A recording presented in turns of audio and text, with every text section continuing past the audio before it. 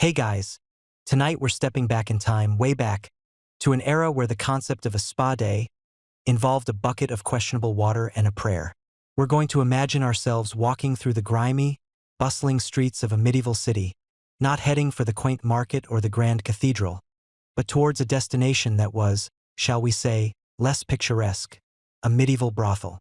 And let me tell you, your modern sensibilities, your carefully curated personal hygiene, and your general expectation of not catching something horrifying just by breathing, well, they're about to be shattered. You probably won't last a night. So, before you get comfortable, take a moment to like the video and subscribe, but only if you genuinely enjoy what I do here. Let me know where you're tuning in from and what time it is for you right now. Now, dim the lights, maybe turn on a fan for that soft background hum, and let's ease into tonight's journey together. You trudge through streets that aren't just muddy, but a chaotic, viscous stew of human and animal waste, discarded refuse, and whatever liquids have recently sloshed from open windows above. The air around you is already thick, a multi-layered assault of smells. The acrid tang of wood smoke, the sickly sweet decay of uncollected garbage, the sharp ammonia of urine, and the ever-present earthy musk of unwashed bodies. Your modern nose, used to the subtle notes of ocean breeze fabric softener, would probably file a formal complaint with your brain. But this is just the overture. As you turn down a narrower, even darker alley, the symphony of foulness begins to concentrate, to coalesce into something truly singular, a smell that grabs you by the throat and demands your full, horrified attention. This, my friends, is the signature scent of the medieval brothel, and it's a smell you won't soon forget, even if you desperately wish you could. It's not just a bad smell. It's a tapestry woven from every unpleasant odor imaginable, each thread more repugnant than the last. You detect the cloying sweetness of cheap, rancid wine that's been spilled and left to ferment on porous wood. Beneath that, a heavy, metallic scent, like stale blood, mixes with the sour reek of vomit. Then there's the pervasive, clinging stench of unwashed humanity, not just one or two people, but dozens, perhaps hundreds, compressed into a confined space, their sweat and grime accumulating over days, weeks, months without proper bathing. You might even catch a whiff of something that reminds you vaguely of a very old, very damp dog, mixed with the unsettling aroma of disease. It's a smell that doesn't just fill your nostrils, but seems to coat the back of your throat, a taste of decay and desperation that you can't quite shake. You instinctively wrinkle your nose, perhaps even cough, trying to clear your airways, but it's futile. The air itself feels chewable, like you could take a bite out of it and regret it instantly. As you tentatively push aside a heavy, grimy curtain that serves as a door, no polished brass handles here, just rough, stained fabric, the smell intensifies, hitting you with the force of a physical blow. It's a hot, humid, cloying miasma that seems to press in on you from all sides. Your eyes sting, and you might even feel a wave of nausea. This isn't just an unpleasant odor. It's a statement, a declaration of the absolute lack of hygiene that defines this place. Mainstream historical fact alert. Medieval cities, even the grandest ones, notoriously lacked organized sanitation systems. Open sewers were common, waste was often simply thrown into the streets, and personal hygiene was rudimentary at best, making the general urban environment quite pungent. A brothel, a place of concentrated human activity and bodily fluids, would amplify this baseline filth exponentially. And then there's the noise. Oh, the noise. Before you even fully step inside, the cacophony washes over you, a tidal wave of sound that's just as overwhelming as the smell. It's not just loud. It's chaotic, discordant, and utterly relentless. You hear the slurred, booming laughter of drunkards, punctuated by sharp, angry shouts and the occasional crash of something breaking. There's the low, guttural murmur of conversations you can't quite make out, interspersed with sudden, piercing shrieks that might be pleasure or pain or both. A crude, off-key lute or pipe might be attempting to play some jaunty tune in one corner, but it's drowned out by the general din, sounding more like a tortured animal than music. You hear the shuffling of many feet on a floor that sounds perpetually sticky, the creak of wooden stairs under heavy boots, and the incessant buzz of flies, an audible testament to the pervasive filth. Imagine trying to listen to a podcast while a band practices in your living room. A dog barks incessantly, your upstairs neighbor is moving furniture, and a group of rowdy teenagers are having a shouting match right outside your window. Now multiply that by 10, strip away any sense of order or rhythm, and add the underlying current of human desperation and despair. That's the soundscape you're entering. Your modern ears, accustomed to noise-canceling headphones and the relative quiet of your own home, would find this endless auditory assault utterly exhausting. There's no quiet corner, no place where the noise recedes to a tolerable hum. It's a constant, grating presence, designed to overwhelm your senses and perhaps, subtly, to chip away at your sanity. As your eyes adjust to the gloom, for it is perpetually dim, even in the middle of the day, lit only by flickering, smoky rushlights and perhaps a small, grimy window high up, you begin to grasp the pervasive filth. Every surface seems to actively repel cleanliness.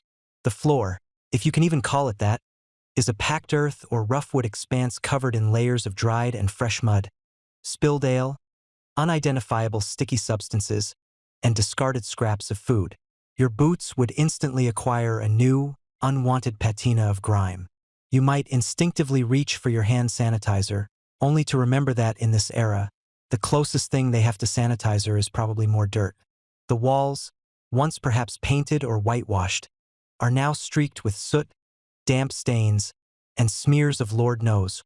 Cobwebs hang thick and heavy in every corner, festooned with dust and the occasional trapped insect. The few pieces of furniture, rough-hewn tables, rickety benches, perhaps a broken-down chair, are equally encrusted with layers of filth, their original colors long since obscured. There's a general sheen of grease and grime over everything, reflecting the meager light in a dull, sickly way. It's the kind of dirt that isn't just surface level. It's ingrained, seeped into the very fabric of the building, a permanent resident. You try to focus on a single object, a single point of cleanliness, but your eyes dart around, unable to find purchase. There's a general, pervasive stickiness to the air, a feeling that if you were to touch anything, your hand would come away coated in an invisible film of something unpleasant. This isn't a place that has ever seen a mop or a bucket of soapy water. This is a place where filth is simply part of the architecture, where the concept of sanitation seems to be a forgotten myth. Quirky tidbit. While medieval people didn't have modern hygiene, some attempts were made to mask odors or cleanse the air in wealthier homes, often involving burning strong-smelling herbs like rosemary, lavender, or frankincense. In a brothel, if such things were used, they would likely just mix with the underlying stench to create an even more bizarre and unsettling aroma, like a terrible potpourri of despair. The very act of breathing feels like an effort, as if you're inhaling a physical substance rather than air. Each breath carries with it the lingering essence of thousands of unwashed bodies, stale beer, and the unsettling aroma of human decay. It clings to your clothes, your hair, your skin, a silent, invisible cloak that you can feel settling upon you even in these first few moments. You feel a primal urge to recoil, to turn and flee back into the comparatively fresher air of the street, but morbid curiosity, or perhaps the sheer shock, holds you rooted to the spot. The overall impression is one of overwhelming sensory overload, a relentless assault on your every sense. Your eyes are strained by the dimness and the pervasive grime. Your ears ache from the ceaseless din. Your nose is in full revolt. And beneath it all, there's a growing sense of unease, a feeling that this place is inherently unhealthy, that simply existing within its walls for even a few minutes is putting your well-being at risk. Historians still argue whether the general public truly became desensitized to these levels of squalor in medieval cities, or if it was a constant, low-level assault on their senses that they simply had no escape from. Regardless, for you, a time traveler from an era of disinfectant wipes and air purifiers, this initial sensory shock is profoundly disorienting. You've never experienced anything quite like it, and the thought of spending an entire night here, let alone engaging in any activity, feels utterly impossible. This isn't just uncomfortable.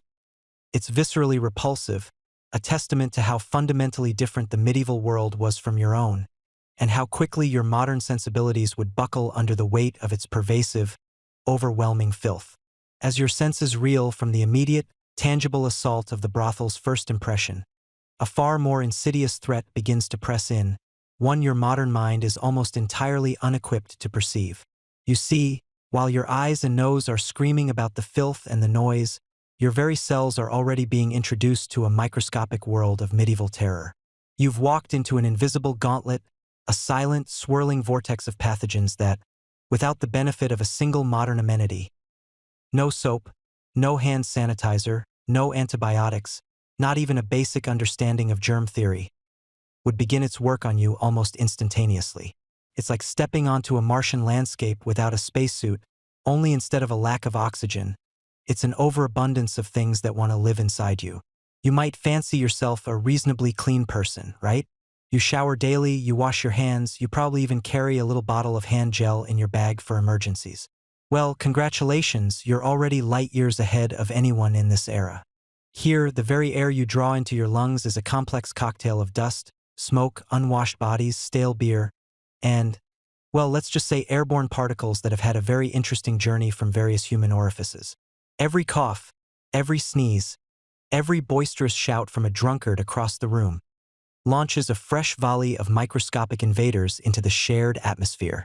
You take a deep breath, trying to calm your fraying nerves, and unwittingly inhale a whole new ecosystem. It's a bit like playing a video game where the air itself is the boss level, and you're starting with 0 health potions. Consider the simple act of touching anything. Your hand brushes against a rough wooden table that hasn't seen a proper scrubbing in, well, probably ever.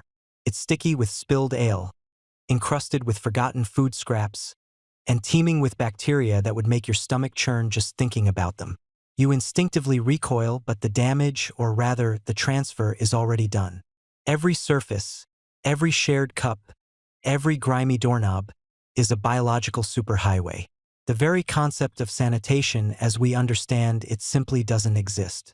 There are no paper towels, no disinfectant wipes, no understanding that microscopic organisms are the cause of illness. Instead, people believed in the miasma theory, the idea that diseases were caused by bad air or foul smells. So, while they might have tried to mask the stench with strong perfumes or herbs, they were entirely oblivious to the true, invisible enemy lurking on every surface and in every breath. This mainstream historical fact highlights just how vulnerable you'd be.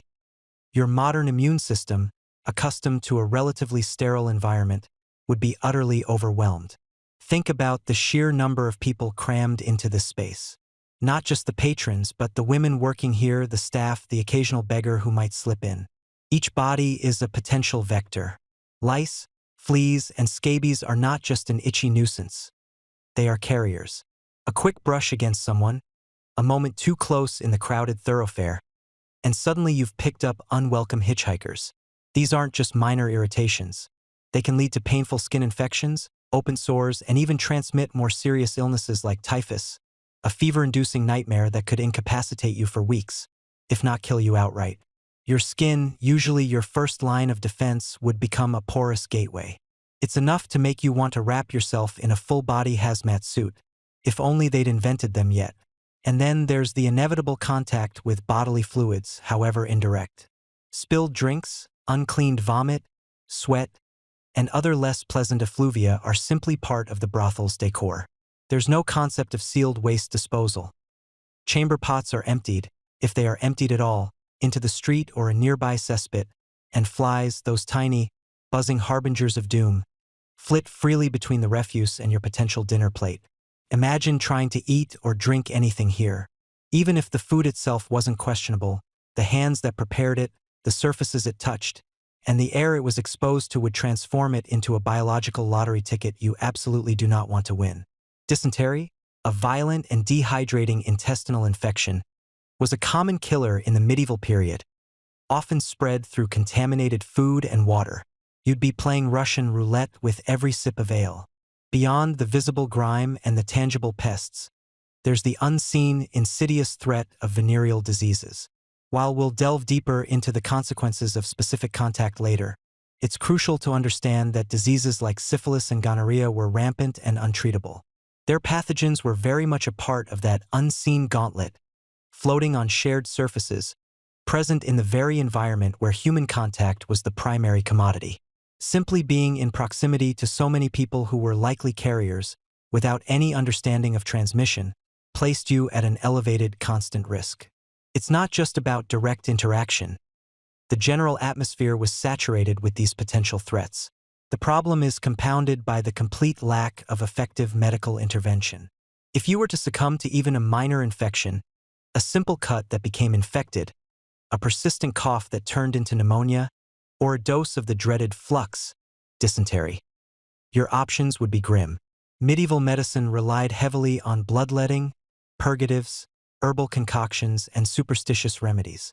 You might be offered a poultice of spiderwebs for a wound, or a concoction of ground-up animal parts for an internal ailment. Historians still argue whether some of these traditional remedies offered any genuine benefit, or if they often did more harm than good. One quirky tidbit.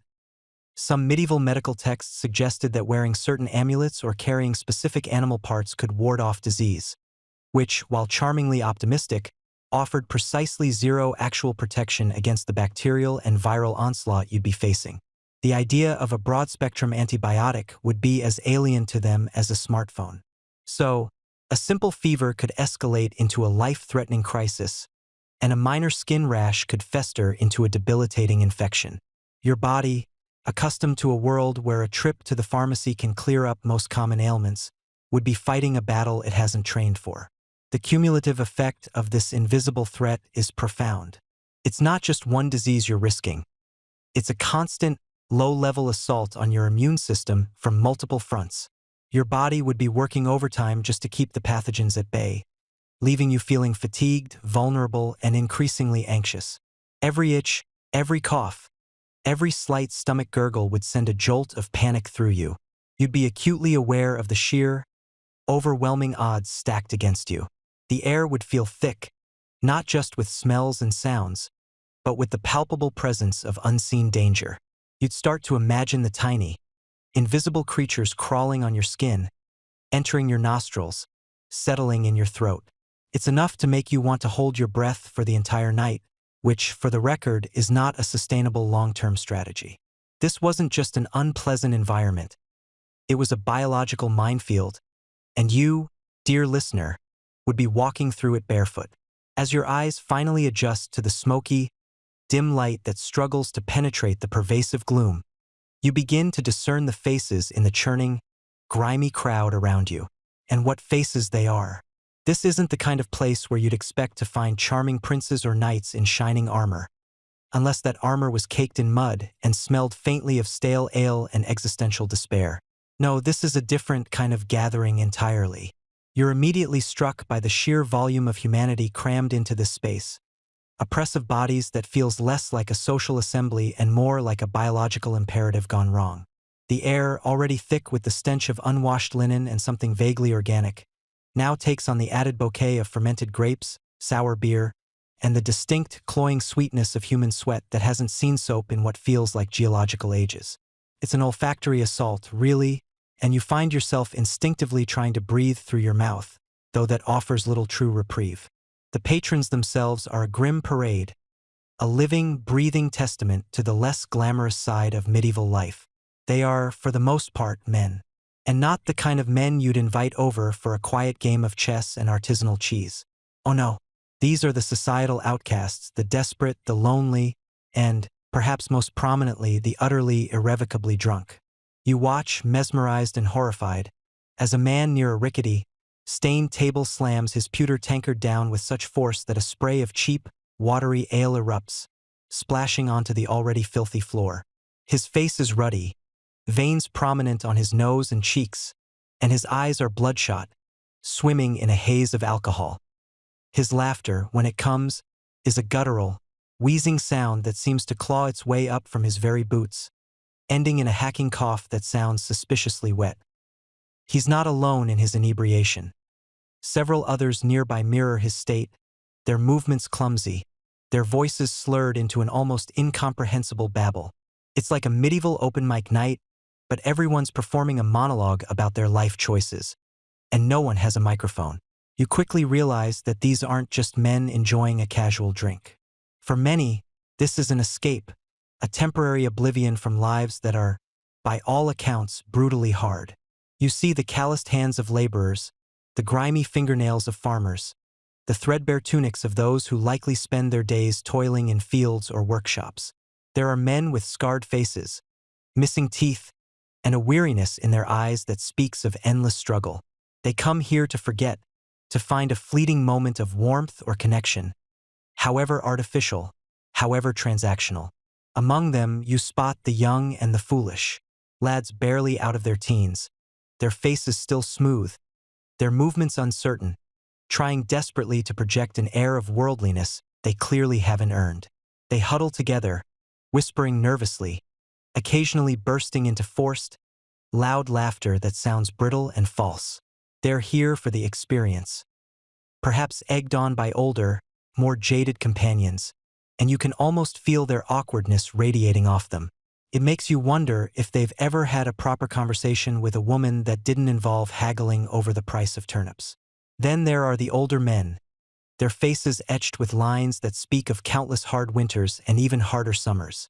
Some sit alone, nursing their drinks, their eyes distant, lost in thoughts you can only imagine are tinged with regret. Others are boisterous, trying to recapture a youth long past, their lewd jokes falling flat amidst the general din. Their desperation is quieter, perhaps, but no less palpable. The sheer aggression in the air is also chilling. You hear snippets of arguments erupting, voices rising in volume, punctuated by the occasional crash of a dropped tankard or the ominous scrape of a chair being shoved back. Hands are gesticulating wildly, fists clench and unclench, and you find yourself instinctively shrinking back, trying to make yourself smaller, less noticeable. The threat of a brawl seems perpetually just below the surface, ready to erupt at the slightest provocation, or no provocation at all. It's a bit like being in a very crowded, very drunk, medieval mosh pit, but without the music, and with a higher chance of losing a tooth. Historians still argue whether the primary motivation for most patrons was purely carnal desire, or if it was more about seeking a temporary escape from the grinding realities of medieval life, a place where social hierarchies might briefly blur, or simply a space for unregulated male camaraderie. What is clear, however, is that for many, it was a release valve, a place where the rigid social norms of the outside world were loosened, if not entirely abandoned. You see knights, or at least men dressed like them, mingling with common laborers, all united by their presence in this less than reputable establishment. A quirky tidbit that comes to mind is that in some medieval cities, patrons were sometimes required to leave their cloaks or swords at the door, less for security and more, perhaps, to ensure they couldn't sneak out unnoticed or hide their faces too easily. Imagine a medieval coat check, but with more grime and the distinct possibility that your valuable possession might be stolen by the time you leave. It was less about keeping weapons out and more about keeping faces visible, a strange form of public accountability, even in a place where anonymity was often sought. You notice a group of men huddled in a particularly dark corner, their voices low, their eyes constantly darting around the room. These are the shadier elements, perhaps petty criminals, pickpockets, or even more dangerous individuals, for whom a place like this isn't just about entertainment, but opportunity. They're assessing, calculating, looking for weaknesses, for a moment of distraction. You feel their gaze brush past you, and a shiver runs down your spine. Your modern clothes, even under the dim light, mark you as an outsider, a potential target. You suddenly feel very, very vulnerable. The noise is a constant, oppressive roar. It's not just the shouting and the arguments. It's the scraping of benches on stone floors, the clinking of cheap metal against cheap pottery, the occasional burst of raucous singing, off-key and tuneless. It's the sound of desperation, of fleeting joy, of anger, and of oblivion all mixed together into a cacophony that drills into your skull. There's no escaping it, no quiet corner to retreat to, no moment of peace from the relentless assault on your senses. The mainstream historical fact here is that brothels were often regulated and confined to specific districts, sometimes even outside city walls, to control vice and disease. This confinement, ironically, often led to a concentration of precisely the kind of clientele you're witnessing now, those on the fringes, those seeking what society generally deemed unacceptable, and those for whom discretion was paramount. It created a distinct, often lawless, subculture within the city's underbelly, a world unto itself. As you stand there, trying to blend into the shadows, you realize that these patrons aren't just a backdrop. They are an active, unpredictable element of your night.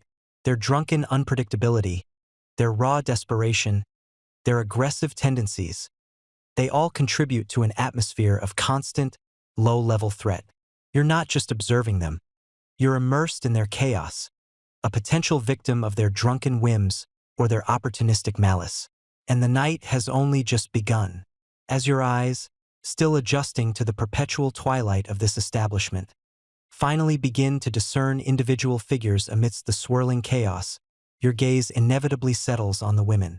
They are, after all, the very reason this place exists, and yet, the moment you truly see them, any lingering, romanticized notions you might have subconsciously clung to about medieval ladies of the night shatter like brittle glass. This isn't some bawdy, light-hearted romp from a Chaucerian tale, or a scene plucked from a slightly risque but ultimately charming Renaissance painting. Oh no, this is something far, far grimmer.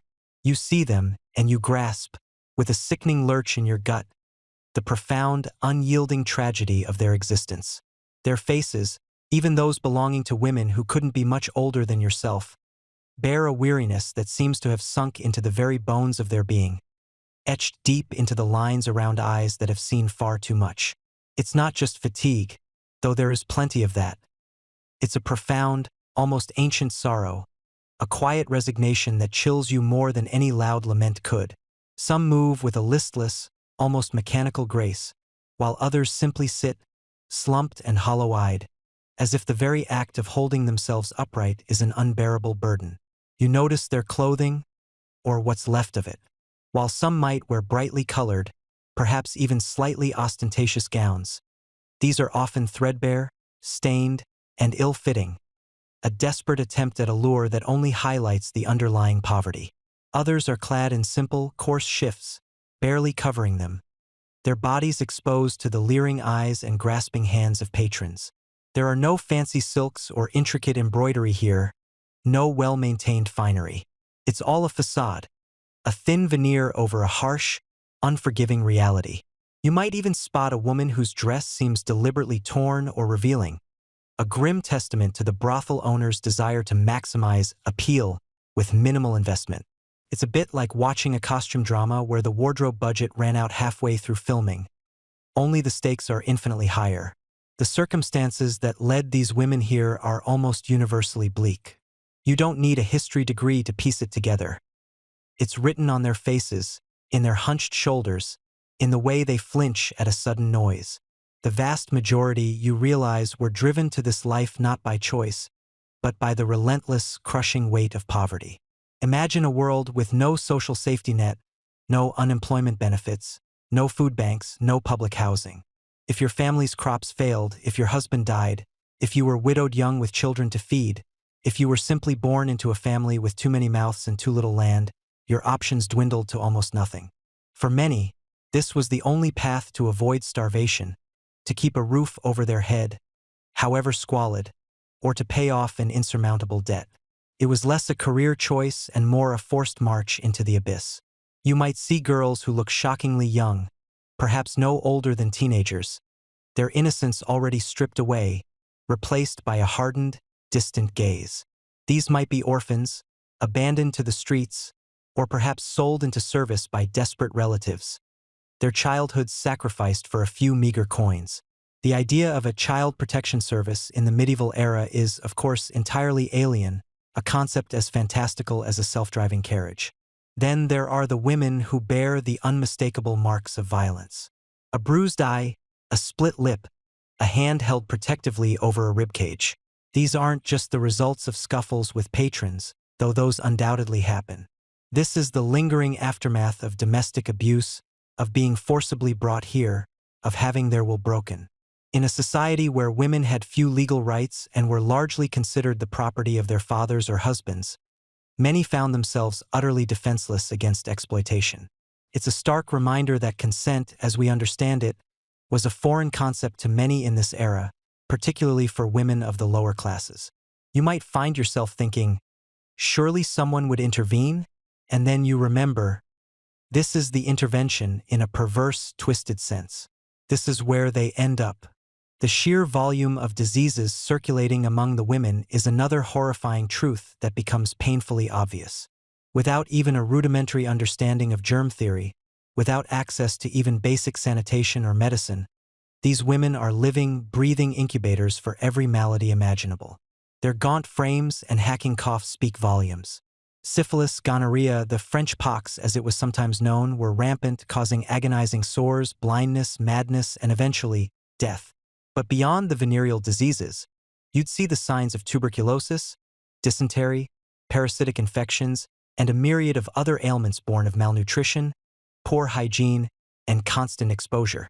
Their bodies are quite literally breaking down under the strain, yet they are expected to continue their work until they can no longer stand. It's a sobering thought that for many of them, their retirement plan was simply an early grave. It's often said that necessity is the mother of invention. But here, necessity is simply the mother of despair. The women are trapped in a vicious cycle. Their work makes them social pariahs, forever tainted in the eyes of respectable society. This means that even if they could escape the brothel, what would they do? Where would they go? No honest employer would hire them. No family would take them back without immense shame, and marriage to anyone other than a social outcast would be impossible. Their reputation, once fallen, is permanently stained, a brand upon their very soul. Historians still argue whether any significant number of these women ever truly managed to escape the brothel life and reintegrate into mainstream society, or if most were doomed to remain within its confines until death. You watch as a particularly jovial, albeit clearly inebriated, patron attempts to pull a young woman onto his lap. Her face is blank, devoid of emotion, as she offers a faint, practiced smile. There's no spark in her eyes, no genuine warmth. It's a performance, a grim charade played out countless times a day, every day. You realize that their bodies are their only commodity, and they are forced to sell it, piece by agonizing piece, until there's nothing left. It's a transactional relationship stripped bare of any pretense of affection or even basic human dignity. You find yourself wondering if they even remember what dignity feels like. Probably not, you muse, adding another layer to your already burgeoning sense of existential dread. The brothel madame, or bawd, as she might be called, often holds absolute power over these women. She controls their meager earnings, providing them with food and lodging, but often at exorbitant rates, ensuring they remain perpetually in debt and unable to leave. She might confiscate their clothing, their few possessions, or even threaten their families to maintain control. These women are, in essence, indentured servants, bound not by contract but by desperation and the madame's iron fist. You might spot the madame herself, a formidable, often corpulent figure, with a sharp eye and a harsher tongue. Her own life perhaps a twisted reflection of the women she now controls, or perhaps a testament to a ruthlessness that allowed her to claw her way to a position of power. She's the one who ensures the merchandise is always available, always compliant. It's a hierarchy of misery, where everyone preys on the next rung down. One quirky, fringe tidbit you might recall is that in some medieval cities, prostitutes were actually required by law to wear specific clothing or markings. Perhaps a yellow cloak, a striped hood, or a particular type of badge, to distinguish them from respectable women. This wasn't for their safety or identification, but rather to prevent confusion and to publicly shame and ostracize them further. Imagine having to wear a giant scarlet letter just to walk down the street, forever branded. It's a bizarre form of social engineering, designed to keep them in their place and reinforce the rigid moral boundaries of the time. It's almost as if society wanted to both consume the product and condemn the producer in the same breath. Talk about having your cake and eating it too, then spitting on the crumbs. The emotional toll on these women must be unimaginable. Constant fear, humiliation, the loss of self, the physical pain, the emotional numbness. It all combines into a toxic brew that would destroy most modern individuals in a matter of days. You look at their eyes again, and you see not just weariness, but a profound emptiness, a kind of death in life. They are spectral figures, haunting the edges of their own existence. You realize that for them, the night never truly ends. It just cycles from one grim encounter to the next, day in and day out, until their bodies simply give up. You consider, for a fleeting, uncomfortable second, how long you would last under such conditions. The answer is immediate and absolute. Not a single minute beyond what was necessary to make a mad dash for the door. This isn't just about the physical dangers you face by being here. It's about the profound moral and emotional cost of witnessing such systemic dehumanization. You came in here perhaps with a morbid curiosity, a detached interest in a historical oddity. But now, seeing these women, truly seeing them, it's no longer an abstract concept. It's a raw, visceral reality, a punch to the gut that leaves you breathless. The noise, the smell, the aggressive patrons, all of it fades into the background, overshadowed by the quiet, pervasive despair radiating from the women themselves. Their grim reality is the most potent, most unforgettable aspect of this entire wretched establishment. Your stomach, bless its optimistic heart, rumbles. It's a foolish, hopeful sound in this cacophony, a stubborn reminder of basic biological needs. Despite the overwhelming assault on your senses, the stench, the noise, the crushing despair, your body insists it requires sustenance. You're parched, perhaps a little peckish, and the thought of a warm meal, or even just a clean drink, feels like a distant, impossible dream. Yet, the urge persists. You look around the common area, if such a term can be applied to this squalid space. There's no bustling kitchen, no crisp-aproned server. Instead, a corner might hold a rough-hewn table, perpetually greasy, with a few chipped earthenware bowls and tankards. A large, sooty cauldron might hang over a meager, sputtering fire, its contents emitting a vague, unappetizing steam. This is where you're meant to find your food and drink. Any attempt to sate your hunger or thirst here immediately plunges you into a new, treacherous layer of the medieval experience. First, the food itself. Forget anything remotely resembling a balanced meal. What's on offer is, at best, basic, at worst, an outright health hazard. You might find a hunk of stale bread, so hard it could double as a blunt weapon, likely gnawed at by rodents before it even reached the table. There might be a bowl of pottage, a thin, watery gruel made from whatever meager grains and vegetables were cheapest and most readily available. It's gray, unappetizing, and often contains suspicious lumps or floating detritus that you try desperately not to identify. If you're truly lucky, there might be a sliver of dried, heavily salted meat or a crumbly, pungent cheese. But even these are served in portions so meager, they feel less like a meal and more like a cruel joke. It's the culinary equivalent of being offered a single, wilting lettuce leaf and told it's a feast. Enjoy your Michelin-star medieval dining experience, you might sarcastically whisper to yourself, where the chef's special is a guaranteed stomach ache. The quality, or rather, the profound lack thereof, is immediately apparent. These ingredients weren't sourced from a pristine farm or a hygienic market stall. They likely came from the lowest bidder, perhaps already past their prime, or even scavenged. Imagine the storage conditions.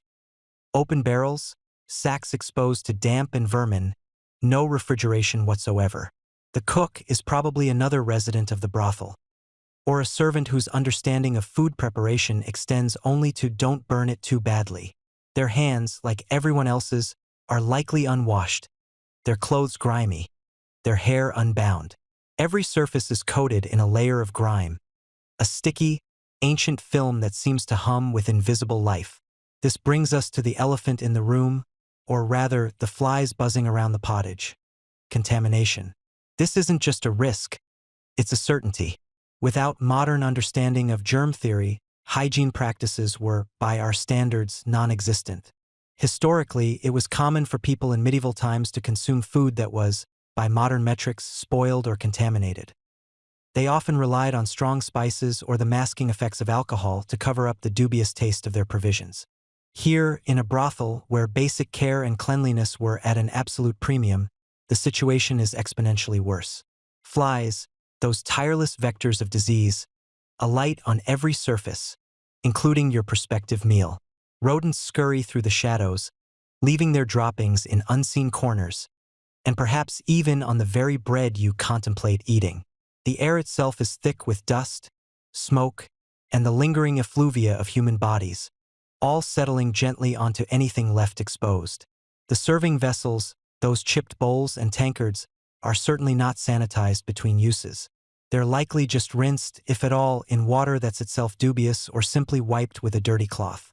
You pick up a tankard, and your fingers stick slightly to its greasy surface, a faint, sour smell rising to meet your nose. You might even spot a tiny, dark speck clinging to the rim, prompting an internal debate. Is it just a bit of soot or something more biological? Then there's the water. Oh, the water.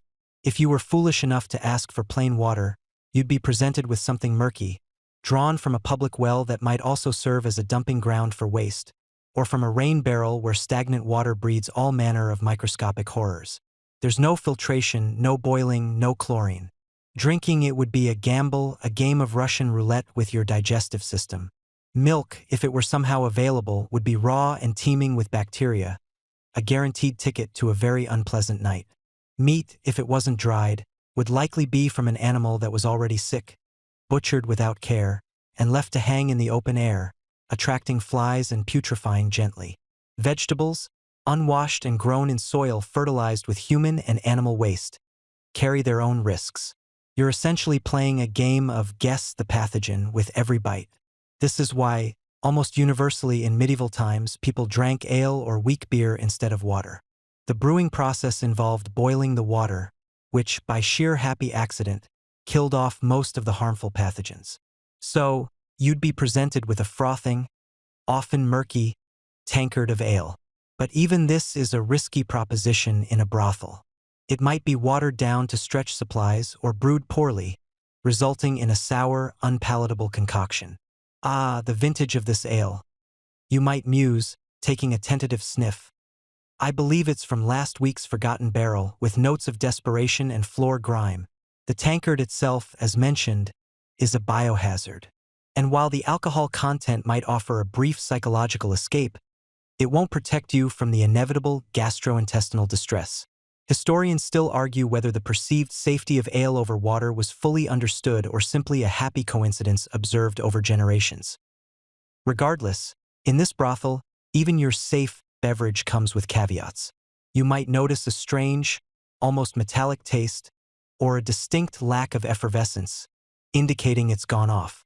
And if you're offered wine, it's certainly not a fine vintage. It would be a cheap, often adulterated product, perhaps mixed with dubious additives to enhance its color or mask its true, often awful, flavor. A quirky tidbit is that some medieval brothels were known to serve a drink called posset, a concoction of hot milk curdled with ale or wine, often spiced. While intended to be fortifying, in this environment, it would likely be a warm, comforting vehicle for food poisoning. The experience of eating or drinking is far from peaceful. The constant din of shouts, arguments, revelry, and crying women would be your unwavering soundtrack. There's no quiet corner, no moment of respite. You're acutely aware of the eyes on you, the jostling bodies, the ever-present threat of theft or violence. You try to eat quickly to get it over with, but each bite is a struggle. The bread is tough, the pottage bland and gritty, the ale sour. You chew slowly, trying to avoid looking too closely at what you're putting into your mouth, your mind running through all the potential contaminants. Is that a hair? Is that a dead fly? You try to push such thoughts away, but they claw at the edges of your awareness. You might feel your stomach churn almost immediately. A faint nausea might begin to prickle at the back of your throat. This isn't just indigestion. It's the insidious onset of something far worse. Without modern medicine, the consequences of consuming contaminated food and drink in a medieval brothel are dire. Diarrhea, dysentery, vomiting, these aren't just uncomfortable symptoms. They're debilitating, dehydrating conditions that can quickly turn deadly. Food poisoning caused by bacteria like Salmonella or E. coli would manifest as agonizing cramps, fever, and relentless purging. Parasites, ingested from unwashed food or contaminated water, would set up residence in your gut, leading to chronic illness. Imagine dealing with severe gastrointestinal distress in a place with no proper latrines, no clean water for washing, and certainly no privacy. Every trip to the communal, overflowing privy would be a fresh hell, compounding your misery. There's no Pepto-Bismol here, no rehydration salts, no antibiotics to ward off the inevitable bacterial onslaught. Your body is on its own, fighting an invisible war against an army of pathogens you've just willingly ingested. You might have satisfied your immediate hunger or thirst, but at what cost? You've just invited a whole new set of dangers into your body, making your miserable night even more perilous. And as the hours drag on, you'll feel the insidious creep of sickness, a low fever perhaps beginning to set in, a new, gnawing fear joining the chorus of anxieties already plaguing you. You've traded a brief moment of satiation for the very real risk of falling gravely ill, a grim reminder that in this brutal world, even the most basic human needs come with a hefty, potentially fatal price tag. As the night deepens, you find yourself utterly drained, a heavy weariness settling into your bones, far beyond the typical fatigue of a long day. You've had your fill of the delights on offer or, more accurately, the horrors, and all you crave now is a moment of quiet, a sliver of peace, a chance to simply close your eyes and escape the suffocating reality of this place. You look around, hoping to spot some semblance of a private nook, a quiet corner, anything that might offer a temporary reprieve. But you quickly realize that the very concept of respite is utterly alien here, a foreign language spoken only in the distant, unimaginable future. There is no back room where the noise magically fades. There is no velvet curtain you can draw, no door you can lock, no silent chamber where the clamor of drunken shouts, forced laughter, and the low, guttural moans of suffering don't penetrate. This establishment, like most of its ilk, operates on a principle of maximum occupancy and minimal comfort. If you're lucky, you might be directed to a small, windowless room, perhaps partitioned by thin, stained tapestries or flimsy wooden screens that offer merely the illusion of privacy.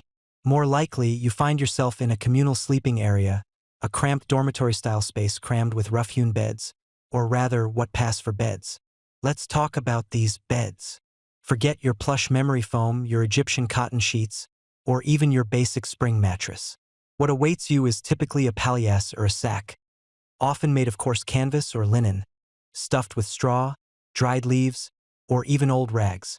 This isn't a one-time use item. Oh no, this straw mattress has seen more action than a medieval knight's sword, and it's accumulated a history far more pungent. It's lumpy, uneven, and crackles with every shift of your weight.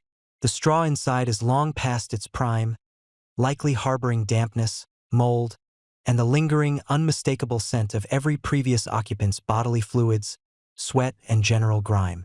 You can practically feel the residual despair seeping from it. And the sheets? If they exist at all, they are likely just as soiled, stained with unidentifiable blotches and stiff with dried residues. They are rarely, if ever, washed. Imagine trying to settle down on something that feels less like bedding and more like a collection of ancient, dirty rags that have been left out in the rain and then dried on a busy street.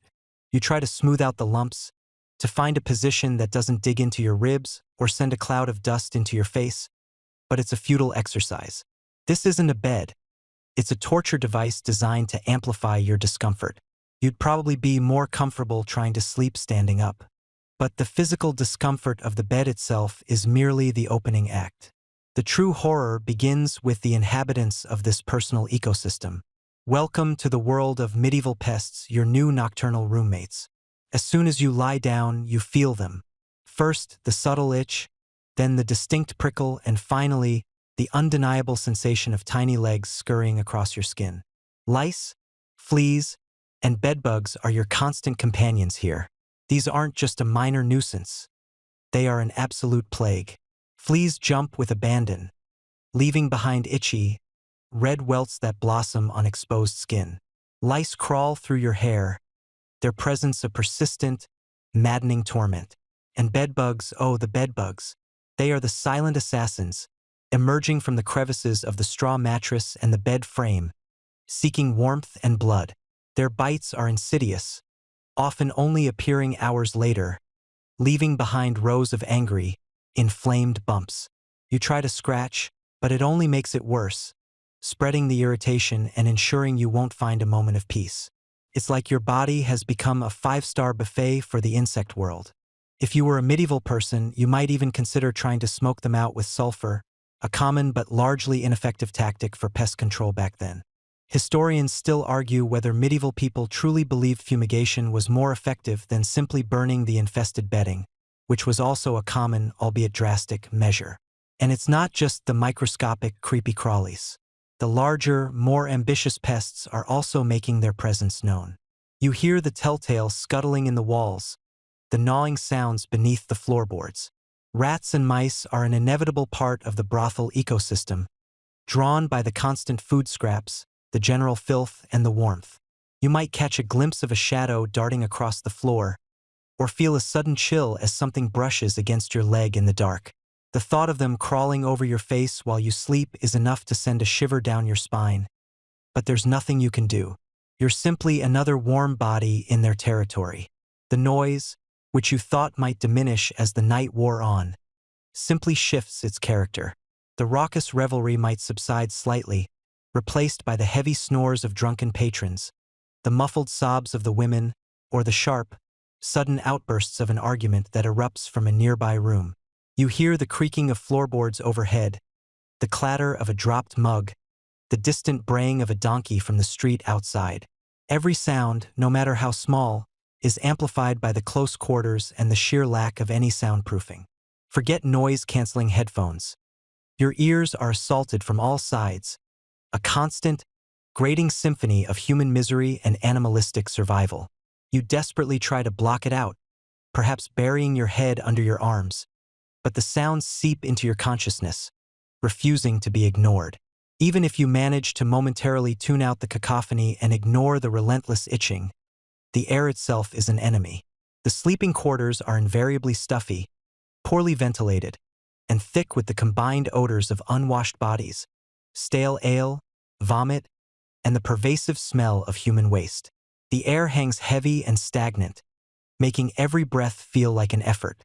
You long for a breath of fresh air, a cool breeze, but all you get is the oppressive, cloying stench of the brothel's accumulated filth. It's the kind of smell that clings to your clothes, your hair, your very skin, a constant reminder of where you are. The concept of shared beds was common in medieval inns and ghost houses. A single bed might accommodate 2, 3, or even more travelers, regardless of their acquaintance. In a brothel, this communal sleeping often takes on an even more grim dimension. Even if you're alone in a bed, you know who was there before you, and you know who will be there after. The lack of clean linens and the pervasive pests make it a truly horrifying prospect. You might find yourself sharing a room, or even a bed, with strangers, their snores, their restless movements, and their own pungent odors adding to your sensory overload. There's no escaping the proximity of other bodies, their illnesses, and their own desperate struggles for rest. You close your eyes, trying to force your mind to shut down, to find that elusive peace. But every nerve ending is on high alert. You feel the straw poking you, the fleas biting, the lice crawling. You hear the incessant noise, the sounds of suffering, the distant, unsettling laughter. Your body aches from the uncomfortable position, and your mind races with the sheer degradation of it all. This isn't sleep. It's a waking nightmare, a desperate struggle against an environment designed to deny you any true rest. You start to understand why medieval people often rose with the sun. The night, especially in places like this, offered little solace and much torment. You find yourself longing for the first sliver of dawn, not because it brings a new day, but because it promises an end to this particular, agonizing night. Sleep, the great restorer, becomes just another impossible luxury in this grim, unforgiving world. The air, thick with the cloying scent of stale ale and unwashed bodies, suddenly feels like it's clinging to your skin, a physical manifestation of the invisible threats swirling around you. You've been here mere moments, yet an insidious dread begins to burrow deep into your consciousness. This isn't just about the immediate discomfort or the threat of a punch to the face. It's about the microscopic, unseen horrors that could latch onto you, burrow into your very being, and slowly, agonizingly, consume you from the inside out. This isn't just a bad night out. It's a potential life sentence of suffering. Imagine, for a moment, the sheer terror of contracting a disease for which there is no known cure, no effective treatment, only a slow, often disfiguring decline. In this medieval cesspool, such a fate wasn't just possible. It was practically inevitable for anyone who lingered too long or engaged in anything more than a fleeting, chaste conversation. Even a brush of skin, a shared cup, or a moment of ill-advised intimacy could seal your doom. Let's talk about the big one, the dreaded Great Pox, as it was often called in the late 15th and early 16th centuries. Syphilis.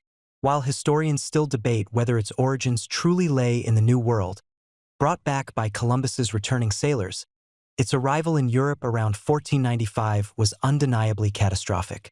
It swept across the continent with terrifying speed, leaving a trail of suffering and death in its wake. And here, in this brothel, you're standing in its epidemiological epicenter. You might think, oh, a little rash, a sore, I can handle that. But you'd be sorely mistaken. Syphilis in the medieval period was a truly terrifying adversary. Its initial symptoms might be a chancre, a painless sore, often in an unfortunate place. Easy to ignore, easy to dismiss, especially in a time before widespread anatomical knowledge or shame. Then comes the secondary stage, a widespread rash, often covering the entire body, sometimes accompanied by fever, swollen glands, and hair loss. Imagine looking in a reflective surface, perhaps a polished metal plate, if you were lucky enough to find one, and seeing your hair falling out in clumps, your skin covered in angry, weeping lesions. Not exactly a good look for your medieval social media profile, should such a thing exist. Just dropped my new look.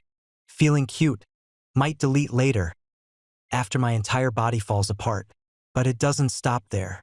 Untreated, syphilis progresses to its tertiary stage, sometimes years or even decades later, and this is where the true horror unfolds.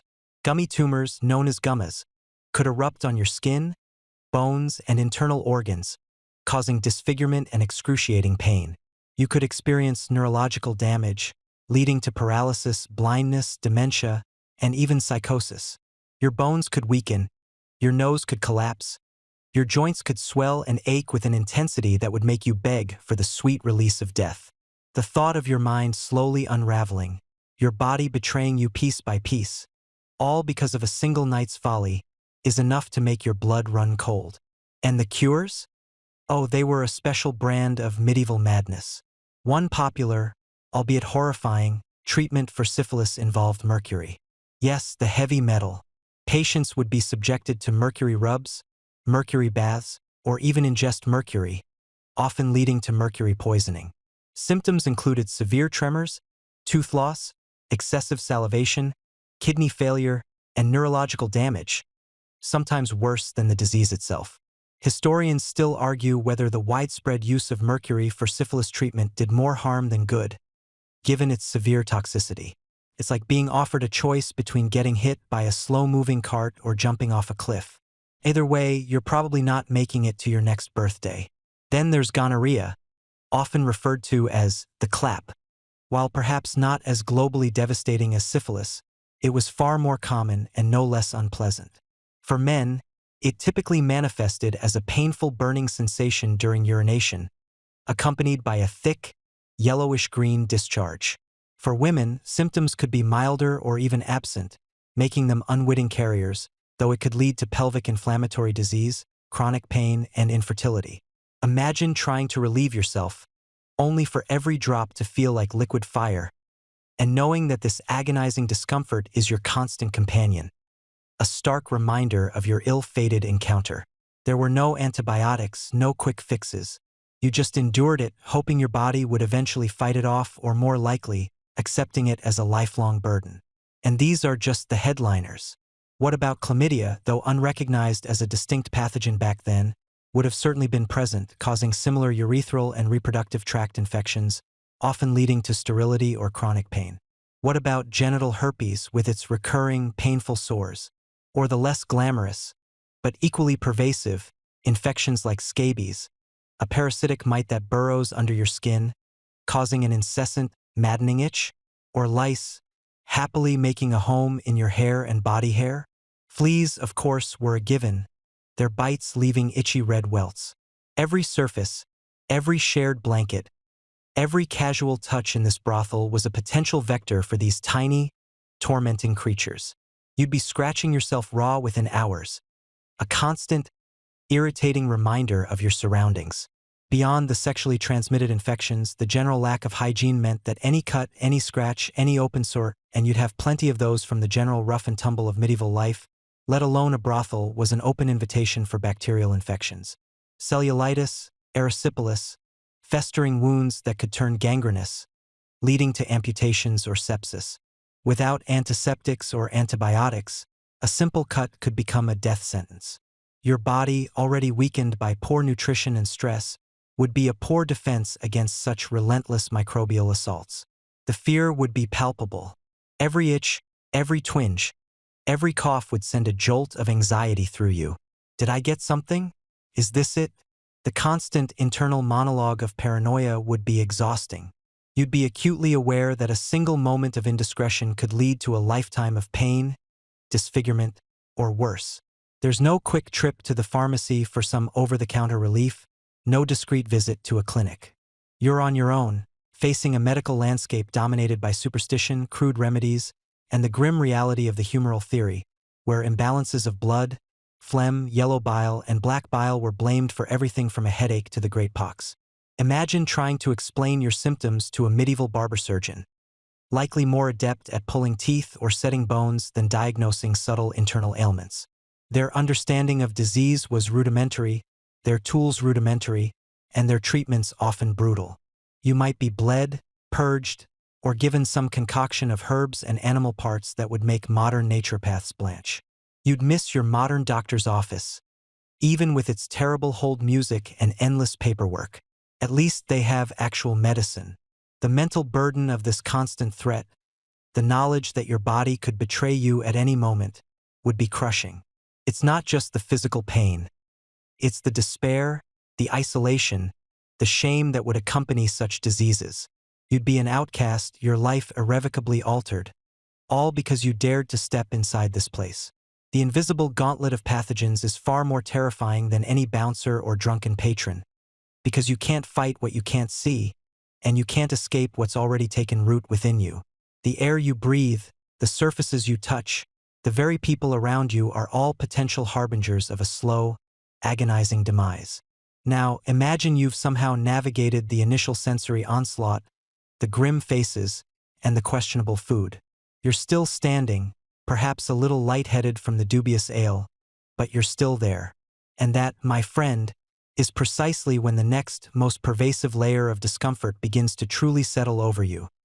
The chilling, constant awareness of danger. Not just the abstract threat of disease, but the very real, very physical threat of theft and violence. This isn't a place where you can relax your guard, not for a single solitary second. You are, quite literally, walking through a minefield of unpredictable human behavior, and frankly, a good portion of it is actively hostile. You see, the medieval brothel, for all its attempts at being a regulated establishment in some towns, and we'll get to that paradoxical legal framework later, was fundamentally a place where societal rules bent, frayed, and often snapped entirely. It was a pressure cooker of desperation, intoxication, and simmering resentments. And you, a relative newcomer, perhaps looking a little too well-fed, a little too clean, would immediately register as a potential mark. Think of it less like a modern, well-lit bar with security cameras and more like a back alley brawl waiting to happen, only indoors and with more questionable stains on the walls. Your pockets, even if they only contain a few copper coins, become targets. You might feel a subtle brush against your hip as someone squeezes past, or a fleeting lightness in your purse as you turn to answer a slurred question. Pickpocketing was an art form in the medieval world, honed by necessity and practiced with alarming skill. These aren't your clumsy modern amateurs. These are professionals who could relieve you of your worldly possessions faster than you can say, "Where's my money?" and good luck reporting it. Who would you even report it to? The proprietor, who likely has a vested interest in keeping the peace just enough to ensure business continues, but certainly not in recovering your lost shilling? You'd be laughed out of the establishment if you were lucky. More likely, you'd be given a dismissive grunt and a shifty eye, subtly implying you should just be grateful you weren't relieved of your dignity along with your coin. It's almost enough to make you wish you'd invested in a medieval fanny pack. Almost. But theft, while irritating and financially ruinous, is just the appetizer. The main course is violence. It hangs in the air like the heavy, stale smoke, a palpable tension that vibrates beneath the surface of the boisterous laughter and drunken shouts. Arguments erupt for the flimsiest of reasons. A spilled drink, a perceived insult, a glance held too long. These aren't polite disagreements. They escalate with terrifying speed into shoves, then punches, then the sickening thud of a body hitting the floor, and sometimes something worse. You might catch the glint of a small knife, a dagger, pulled from a boot or a tunic, or the heavy swing of a tankard used as an improvised weapon. The stakes are incredibly high. A blow to the head could be fatal. A stab wound could lead to a slow, agonizing death from infection, long before any real medical help could be found, assuming you could even get out to find it. The patrons themselves are a significant source of this danger. Many are laborers, soldiers, or desperate individuals, hardened by a life of struggle and often fueled by cheap, potent alcohol. Their inhibitions are low, their tempers short. They might be looking for a fight, or simply not caring if one finds them. And you, with your relatively unblemished skin and perhaps a bewildered expression, would stick out. You'd be an outsider, and outsiders in places like this are often viewed with suspicion, or worse, as easy prey. You'd quickly learn to keep your back to the wall, your eyes constantly scanning, assessing threats, trying to blend into the shadows. It's an exhausting way to exist, even for a few hours. It's not just the patrons, either. The staff, from the bouncers, if you can even call them that, as their role was often more about intimidating than protecting, to the very women working there, could be a source of danger. Bouncers in medieval brothels weren't exactly trained security professionals with CPR certifications. Their job was often to maintain a brutal, minimal order, usually with a heavy hand and an even heavier club. They might turn a blind eye to a robbery, or even participate in one, if the price was right or the victim seemed particularly helpless. You might try to complain to them, but you'd quickly discover that their primary concern wasn't your well-being, but the continuation of the establishment's profits. Trying to get them to intervene on your behalf would be like asking a medieval dragon to guard your gold. They might do it, but they might also just eat it or you. And the women, too, in their desperate circumstances, might resort to desperate measures. While many were victims, some might be complicit in theft, or even instigate violence if they felt threatened or were coerced by others. Their lives were on the line, and survival often meant making incredibly difficult choices. You couldn't trust anyone implicitly, not in this environment. Every smile could hide an ulterior motive, every friendly gesture a trap. One of the most terrifying aspects of this constant danger is the utter lack of effective recourse. In the medieval period, organized policing as we know it simply didn't exist. There were town watchmen, often poorly paid, ill-equipped, and more interested in avoiding trouble than confronting it. They were certainly not patrolling the inside of a brothel, which was often considered outside the realm of polite society's direct oversight. If you were robbed or assaulted, your options were incredibly limited. You could try to raise the hue and cry, shouting for help, but in a place already filled with noise and indifference, your cries would likely be swallowed by the din. Even if someone intervened, it would likely be another patron, perhaps just as drunk and unpredictable as your attacker, and the situation could easily devolve into an even larger, more chaotic brawl. There was number 911 to call, no emergency services to dispatch. You were entirely on your own. Justice, if it came at all, was often rough and ready, meted out by local lords or magistrates, and it certainly wasn't swift. If you survived and managed to identify your assailant, you'd then have to navigate a complex, often corrupt legal system that favored the powerful and offered little comfort to the victim. For a common person, especially one found in a brothel, the chances of seeing justice served were slim to none. You'd be lucky to simply escape with your life, even if it meant leaving with nothing but the clothes on your back and a few new bruises. Historians still argue whether the level of official regulation on medieval brothels was truly effective in preventing crime within their walls, or if it merely served to acknowledge their existence while turning a blind eye to the chaos. While some cities did attempt to impose rules, like specific closing times or forbidding entry to certain groups, the enforcement was often lax, particularly when it came to the more unsavory aspects of life inside. It was a bit like trying to legislate sunshine into a perpetual storm cloud. And speaking of rules, did you know that in some medieval towns, there were specific ordinances about what types of weapons could be carried within city limits, even for commoners? Sometimes a small dagger or a short sword might be permissible, but a longer weapon could land you in trouble. Of course, inside the brothel, these rules often went out the window, and you'd find a surprising array of improvised or concealed armaments. It's a quirky tidbit that highlights the constant tension between official decree and lived reality. Your average patron might be carrying a sharpened piece of cutlery, just in case. It's not exactly bringing a knife to a gunfight, but more like bringing a spoon to a knife fight.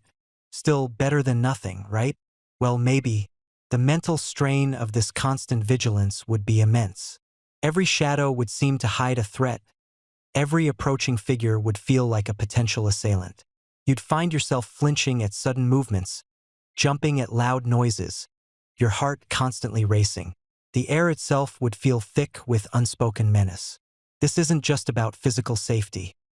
It's about the erosion of your peace of mind, the terrifying realization that you are utterly, completely vulnerable.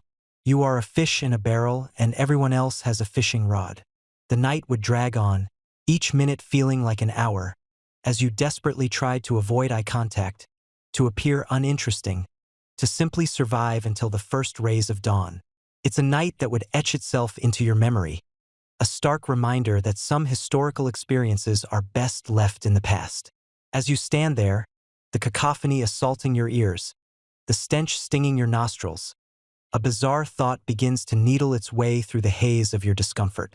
Amidst all this chaos, this undeniable filth and desperation, there's an order, a strange, twisted, almost bureaucratic hum beneath the surface.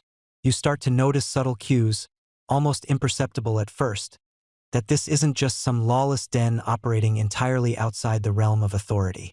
No, this place, this pit of vice and sorrow, is actually regulated. Yes, you heard that right. Regulated. It's one of those uniquely medieval paradoxes that would make your modern brain short-circuit. While the church thundered from the pulpits about the eternal damnation awaiting those who engaged in such sinful acts, the secular powers of the kings, the lords, the city councils often looked at brothels with a surprisingly pragmatic eye. It was a classic case of do as I say, not as I do, but on a societal scale. They condemned the sin, oh yes, but they were perfectly happy to manage the sinners, and perhaps more importantly, to profit from them. It's a bit like saying, we disapprove of this cake, but we'll still take a slice and make sure it's baked to our specifications. This wasn't some hidden, illicit operation. Often, it was an accepted, albeit sordid, part of urban life. The prevailing logic, as twisted as it sounds to our ears, was that prostitution was a necessary evil. Better to have it contained, controlled, and out in the open where it could be monitored, than festering in the shadows, leading to greater social disorder, or worse, tempting respectable women. It was a form of social sanitation, a way to channel male desire away from the virtuous and into designated, taxable channels. You can almost hear the medieval city planner muttering, well, someone has to do it, and if we can make a few shillings off it, all the better. So what did this regulation look like? Imagine a medieval zoning board, but for depravity. Brothels were almost always confined to specific districts, often on the outskirts of town, or in areas away from churches and residential zones. Think of it as the original red light district, but with more mud and less neon. In London, for example, the infamous stews were located in Southwark, just across the Thames. This wasn't accidental. It was a deliberate policy to keep them geographically separated from the more respectable parts of the city. You wouldn't want your Sunday stroll to accidentally wander past a place like this. Now would you? Beyond location, there were rules about operating hours. While the revelry might seem endless now, you'd find that even brothels had curfews, albeit loose ones. They might have to close their doors during certain religious holidays, or perhaps not open until after morning Massachusetts. There were also attempts to regulate the prices charged, though how strictly these were enforced is anyone's guess. Imagine a city official trying to mediate a dispute over the cost of a fleeting moment of dubious pleasure. "Sir, I believe you overcharged this gentleman by 2 pence. That is a clear violation of Article 7, subsection B, of the Bawdy House Ordinances." It sounds absurd, but the intent was there, to prevent outright exploitation or price gouging, at least in theory. Perhaps the most unsettling aspect of this regulated depravity was the supposed health oversight. In some cities, there were attempts at mandatory health inspections for the women. Now, before you picture a medieval doctor with a pristine white coat and sterile instruments, let's be realistic. These inspections were rudimentary at best, often involving a cursory glance or, at worst, an even more invasive and humiliating examination. The goal was to try and prevent the spread of diseases like syphilis, which was a devastating scourge in the medieval world, though its true origins and transmission were poorly understood. Imagine the medieval equivalent of a Yelp review for a doctor who just gave you a once-over with a suspicious-looking stick. Not exactly reassuring, is it? Yet, the very existence of such rules highlights the authorities' awareness of the health risks, even if their solutions were woefully inadequate. This brings us to a mainstream historical fact that might surprise you. Many medieval cities, like London, specifically the Bankside area of Southwark, Paris, and Venice, had officially sanctioned brothels. These establishments were often licensed, taxed, and sometimes even owned by the city council or even powerful individuals like bishops. Yes, you heard that correctly. The Bishop of Winchester, for instance, held jurisdiction over the stews in Southwark, which led to the women working there being colloquially known as Winchester geese. He profited directly from their labor, and they were even buried in a special cemetery reserved for them, often without Christian rites, a grim testament to their paradoxical status. This wasn't an isolated incident. It was a widespread phenomenon, a testament to the complex and often hypocritical relationship between power, morality, and economics in the Middle Ages. The rules extended to the women themselves, dictating what they could wear, often specific colors or markings to identify their profession, where they could live, within the brothel or designated areas, and even how they could interact with the outside world. They were often forbidden from entering churches or appearing in public during certain times, further cementing their status as outcasts, even while their services were deemed a necessary evil. It's a bit like your parents telling you not to eat candy, but then you find them secretly dipping into the Halloween stash after you've gone to bed. The hypocrisy was palpable. And then there were the quirky or fringe tidbits, the small, often overlooked regulations that paint an even stranger picture. Some brothels had specific rules for patrons, too. For instance, in some places, patrons were forbidden from wearing weapons inside the establishment, a futile attempt to prevent the inevitable violence that flared up. Or there might be rules against enticing women out of the brothel, implying that once a woman was in, she was essentially property of the establishment, at least for the duration of her contract. Imagine the bouncer checking your broadsword at the door, as if that would truly make the place safe. It's a testament to the authorities' desire for control, even over the most chaotic aspects of society. The legal framework also dictated the consequences for breaking these rules. Fines were common, both for patrons who caused trouble and for brothel keepers who didn't adhere to the regulations. For the women, the consequences could be far more severe, ranging from public shaming to imprisonment, especially if they were caught operating outside the sanctioned areas or violating dress codes. It was a system designed to keep them in their place, literally and figuratively. This intricate, often contradictory system leads directly to an open scholarly debate. Historians still argue whether these regulations were primarily about social control and public order, or if they were simply a cynical way for authorities to profit from a necessary evil while maintaining a facade of moral disapproval. Was it truly about protecting virtuous women and containing vice, or was it a clever means of taxation and power consolidation, allowing the powerful to condemn what they secretly benefited from? Standing here, amidst the stench and the despair, the latter seems disturbingly plausible. The legal framework might have provided a veneer of order, but it did little to alleviate the suffering within these walls. It merely formalized it. You realize that even within this apparent lawlessness, there's a cold, calculated structure that ensures the depravity continues, sanctioned and profitable. You stand there, a little shell-shocked by the sheer sensory overload, and then a new kind of dread begins to creep in, a more insidious, quiet dread that settles right in your coin purse. Because, my dear friend, in this delightful establishment, your hard-earned medieval money is about to perform a disappearing act that would make a modern-day magician weep with envy. You might have arrived with a few silver pennies clinking confidently in your pouch, perhaps even a shiny groat or two, feeling like a lord for the night. Oh, sweet summer child, that feeling won't last. Not even for a moment.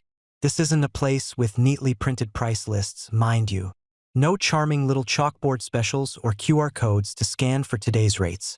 Instead, the prices are set by the madam, or perhaps a burly bouncer with a gaze that could curdle milk, and they are, shall we say, flexible. Flexible in the way a medieval torture rack is flexible.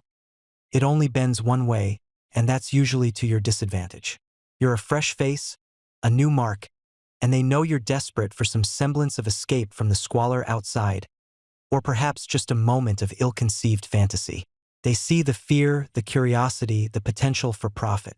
The initial service itself, whatever meager comfort or momentary distraction it might offer, is merely the tip of the economic iceberg. Think of it like a medieval version of a budget airline, where the ticket price is just the beginning of your financial woes. You want a drink? Of course you do.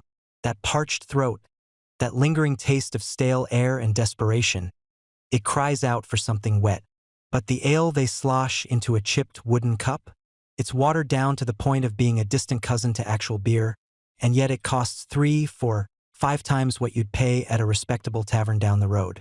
And by respectable, I mean a tavern that doesn't double as a breeding ground for every known contagion. You know, the kind of ale that makes you wonder if they filtered it through a particularly active pond. Then there's the wine if you're feeling particularly fancy. It's likely sour, possibly cut with various dubious substances, and priced as if it were imported directly from the vineyards of heaven, rather than a leaky barrel in the back alley. The constant pressure to buy more, to keep the drinks flowing, is relentless. Every few minutes, a hand nudges a cup your way, a suggestive glance from a server, a quiet murmur about how much better you'd feel after just one more. Your coin purse, which felt so robust just an hour ago, now feels like it's been on a medieval crash diet. And food? Oh, bless your optimistic heart if you even consider it. A crust of bread, perhaps a piece of dubious, gristly meat, or a bowl of watery stew. These aren't offered for sustenance, but as another opportunity to extract your precious coins.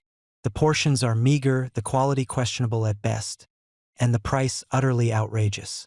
You're paying not for nourishment, but for the illusion of hospitality, a fleeting moment of normalcy in a profoundly abnormal place. It's a transaction, pure and simple, devoid of any genuine care or comfort. Even the illusion of privacy, if you're lucky enough to be shown to a slightly less public alcove, costs extra. You might negotiate for a private room, but it's less a private room and more a slightly less public corner where people might only trip over you once or twice. It's still noisy, still likely infested, and still utterly lacking in any real solace. But you pay for it, because the thought of conducting your business in the full glare of the main common room, amongst the drunken revelry and the desperate eyes, is simply too much to bear. This premium for a modicum of separation, for a thin veil of decency, only accelerates the drain on your funds. Historically, many medieval cities like London or Paris actually had officially sanctioned brothels, often regulated by the city council or even, rather ironically, by the church itself. For instance, in 14th century London, the infamous stews on the South Bank were under the jurisdiction of the Bishop of Winchester. Yes, you heard that right, the bishop.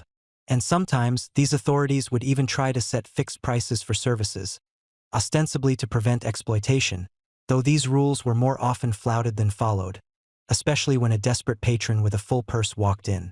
The official rates were often the minimum, and the actual cost, once all the extras and pressure were applied, would skyrocket. The true economic reality here is that your money offers incredibly low value. You're not paying for comfort. The beds are shared, lumpy, and likely crawling with vermin. You're not paying for cleanliness. The air is thick with smoke and body odor, the floor's sticky, the surface is grimy. You're certainly not paying for discretion. Every whisper, every groan, every argument carries through the thin walls or across the crowded common room. You're paying, in essence, for the privilege of existing in this hellish space for a few moments, of engaging in a transaction that leaves you feeling more empty than before. Consider the women themselves. The high prices you're paying do not, by and large, translate into better lives for them. Most women working in these establishments were trapped by debt, poverty, or coercion. They saw only a pittance of what you paid, the lion's share going to the madam or the owner, who often held them in a perpetual state of financial bondage. Your money, which vanishes so quickly from your own pocket, simply reinforces a system of exploitation. It offers no true satisfaction, no sense of having done good or even having received good. You are merely a cog in a grim, unforgiving machine.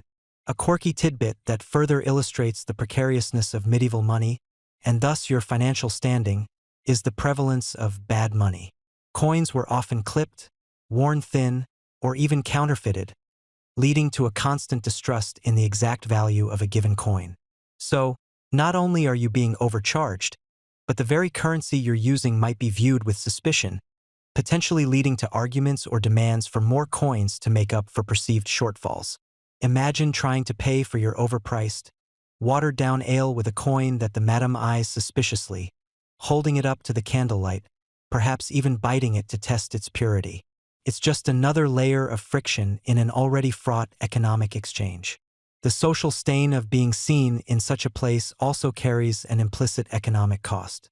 While not a direct monetary transaction, any damage to your reputation could impact your business dealings, your standing in the community, and ultimately your ability to earn a living outside these walls. You are not just spending money. You are spending your social capital, a currency far more valuable in the tightly knit medieval world.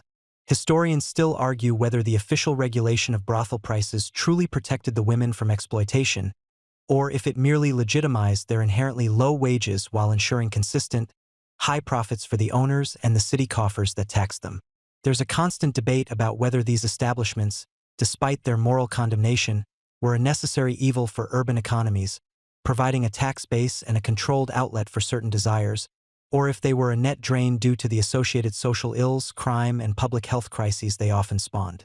From your perspective, however, the only thing clear is that your money is flowing out, and very little of tangible value is flowing back in. As the hours drag on, and you succumb to the insidious pressure to spend, to numb the senses, to simply survive the experience, your coin purse empties at an alarming rate. What might have bought you a week's worth of food, or a new tool for your trade, or even a modest garment is now gone. Vanished. For what? A few moments of fleeting, tainted distraction, a head full of cheap ale, and a lingering sense of unease. The economic realities of the medieval brothel are brutal. Maximum extraction, minimum return. You came seeking something, anything, perhaps even just oblivion, and you find yourself left with less than nothing. Just the lingering taste of regret and the distinct lightness of your now empty pouch. You might think, as you stumble out of that dimly lit, fetid establishment, that the worst is over. You've survived the immediate threats of disease, violence, and questionable stew. You're free, right? Ah, my sweet, naive listener. That's where the medieval world truly delivers its most insidious blow. Because while you might escape with your life, you would absolutely not escape with your reputation. And in the medieval world, a ruined reputation was often a fate worse than a few missing teeth. Imagine, for a moment, the bustling streets of a medieval town. It's not like today, where you can disappear into a crowd of millions, anonymous in your urban sprawl. No, in the medieval era, towns were, by modern standards, incredibly small. Everyone knew everyone. Your neighbor knew your dog's name, your preferred alehouse, and probably what you had for dinner last Tuesday. There was no incognito mode, no private browsing. Every street was a stage and every person, a scrutinizing audience member. You slip out of the brothel, perhaps trying to pull your cloak higher, hoping the pre-dawn gloom offers some merciful anonymity. But the baker is already kneading dough, his windows casting a warm glow. The milkmaid is clanking her pails.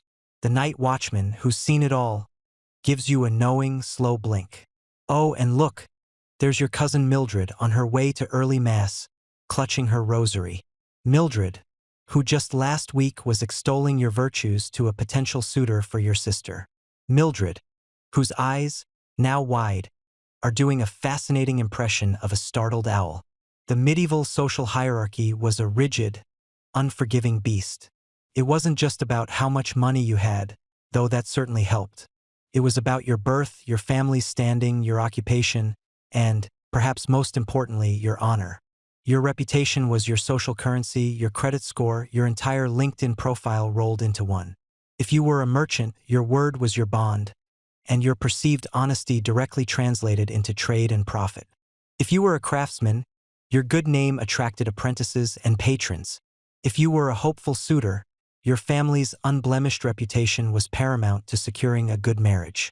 And then you walk out of that place. It's not just a fleeting moment of embarrassment.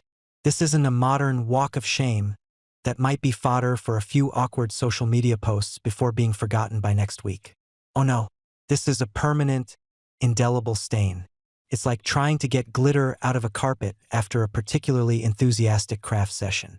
No matter how much you vacuum, how much you scrub, a little bit of that sparkly shame just keeps showing up years later, clinging to everything. The whispers would start almost immediately. Mildred, bless her pious heart, would be at Mass, ostensibly praying, but her mind would be racing. By the time the service ended, half the congregation would know. By noon, the local market would be abuzz. By evening, the story of your ignominious departure from the brothel would have mutated, gained embellishments, and probably involved a chicken or two, because medieval gossip always seemed to incorporate livestock. For a man of any standing, this was devastating. Your business deals? Suddenly, people might hesitate to trust you with their coin. Your contracts? Perhaps they'd be renegotiated or simply fall through. Your social invitations? The mayor's wife, who prided herself on her impeccable guest list, would suddenly find herself too busy to entertain. You might find your usual seat at the tavern mysteriously empty when you arrive, or your friends suddenly remember pressing engagements elsewhere. It's like being perpetually ghosted by an entire town. And if you were hoping to marry well, or secure a good match for your children, forget about it. No respectable family would want to associate with a man, or a family whose name was now synonymous with brothel visits. Your children's prospects, their future, could be irrevocably damaged by your single, ill-advised night. It wasn't just your shame. It was a family curse, passed down through the generations, silently whispered behind cupped hands. Now, here's a mainstream historical fact for you. The church, despite often tolerating and even regulating brothels in certain areas as a necessary evil to contain illicit sexual activity, absolutely condemned the patronage of such establishments as a grave sin. While secular law might turn a blind eye to the act itself, the church's moral authority was immense. Being seen as a regular patron could lead to public penance, loss of standing within the church community, and even, in extreme cases, excommunication. So, not only were you socially ostracized, but your eternal soul was also potentially on the line. Talk about a bad night out. And speaking of public display, here's a quirky tidbit. In many medieval towns, prostitutes were required to wear specific clothing or markings. A striped hood, a yellow cloak, or even a particular type of ring to distinguish them from respectable women. This meant that their presence was always visible and identifiable. So, if you were seen walking out with someone marked in such a way, or even just seen in close proximity to the establishment where such women congregated, your association was undeniable. It wasn't just a matter of someone seeing you enter or exit. It was the visual confirmation of your company, a public billboard screaming your indiscretion. Imagine your medieval dating profile, but instead of likes, it just had a giant flashing neon sign saying, "Frequent brothel visitor." Historians still argue whether the strictures against brothel patronage were universally applied, or if the powerful elite could largely ignore them without serious social censure. Did a wealthy lord really face the same social shaming as a humble merchant? Or was it more of a moral inconvenience for them, easily absolved through confession and a generous donation to the local abbey? It's a fascinating debate, highlighting the inherent hypocrisies of a society that preached piety while often turning a blind eye to the less savory aspects of human nature, especially for those at the top. The cruel irony, of course, is that many men, probably a significant portion of the male population, did visit brothels. But the cardinal sin wasn't the visit itself, it was getting caught. It was the public perception. It was the maintaining of a facade of respectability. It's like having a secret stash of questionable reality TV shows, but getting caught broadcasting your guilty pleasure on the town square's biggest screen. The unwashed association wasn't just about physical dirt. It was about moral grime, and that was far harder to scrub off.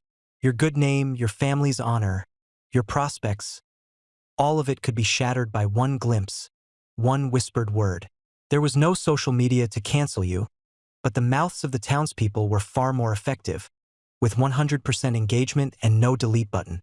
You would flee that brothel with the stench of cheap ale and desperation clinging to your clothes, but the more enduring, more damaging taint would be the invisible stain on your soul, a permanent mark on your standing in a society that valued reputation above almost all else.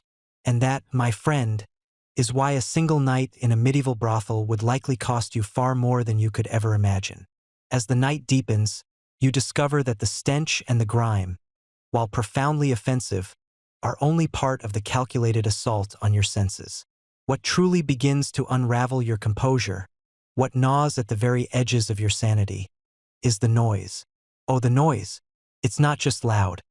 It's a living, breathing entity. A monstrous symphony of human degradation and desperation that wraps itself around you, suffocating every quiet thought. You've been in loud places before, of course. A modern-day rock concert, perhaps, where the bass vibrates through your chest, or a sports stadium during a nail-biting finish, where the roar of the crowd is a physical wave. But this is different. This isn't a controlled burst of sound or a temporary peak of excitement.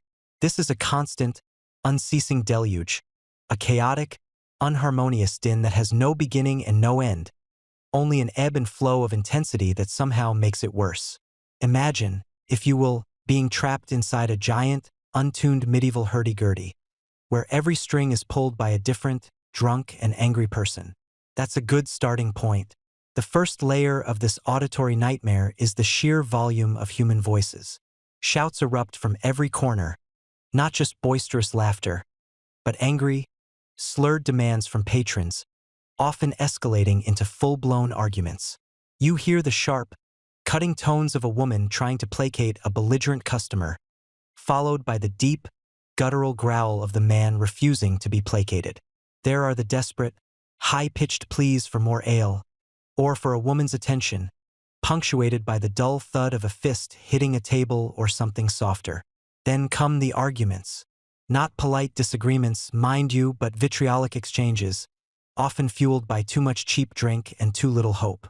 Patrons argue with each other over perceived slights, over money, over women.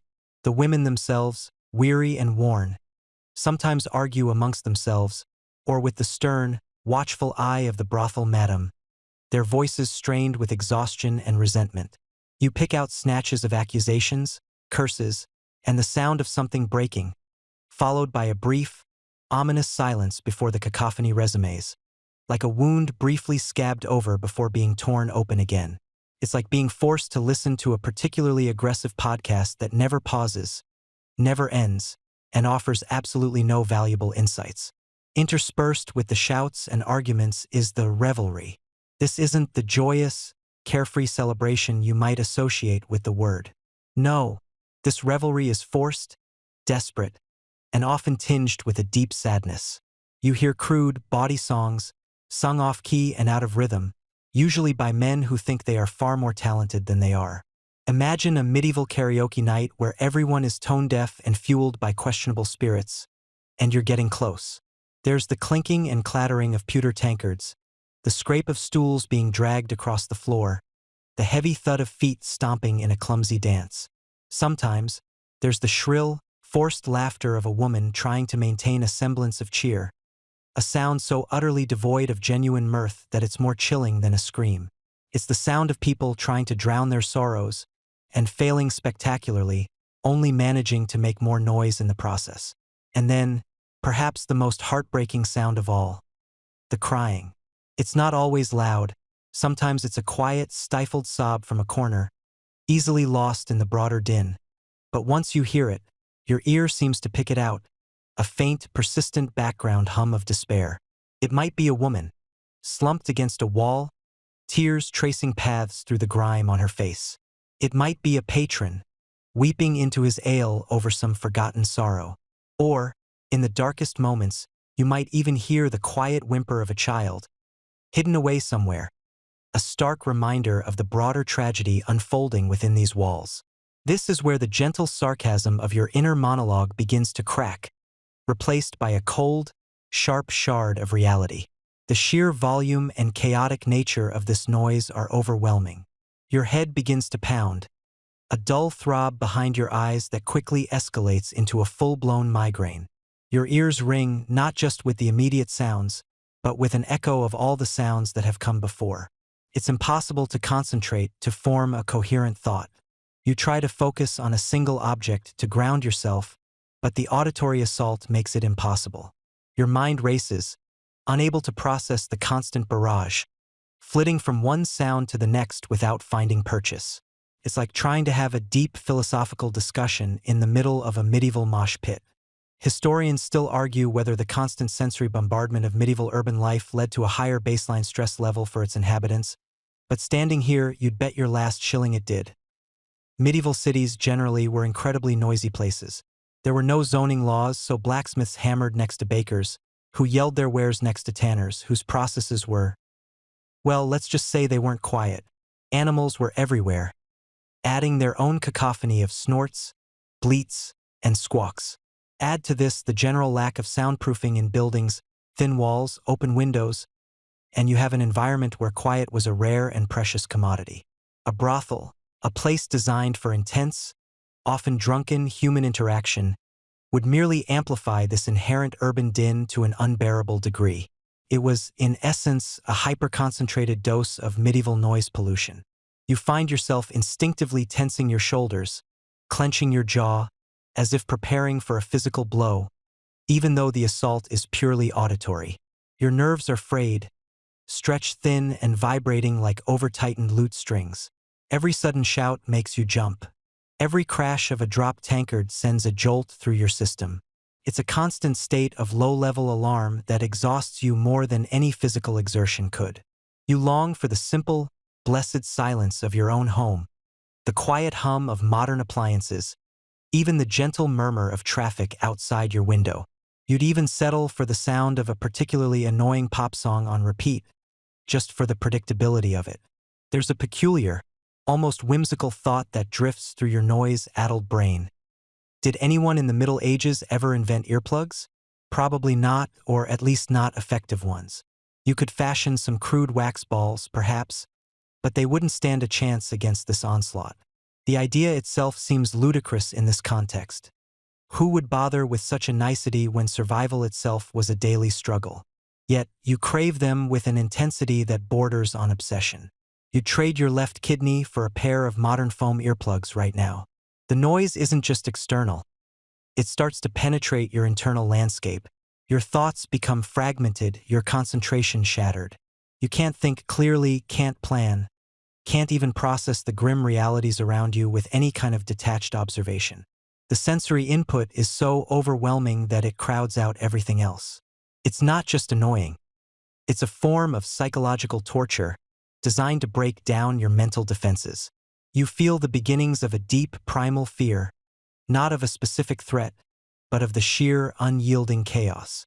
This relentless auditory assault prevents any chance of true rest or escape. Even if you were to somehow find a quiet corner, the noise would find you, seeping through the walls, vibrating through the floorboards. It becomes a constant, grating presence, a physical weight pressing down on your skull. You can't sleep, not truly.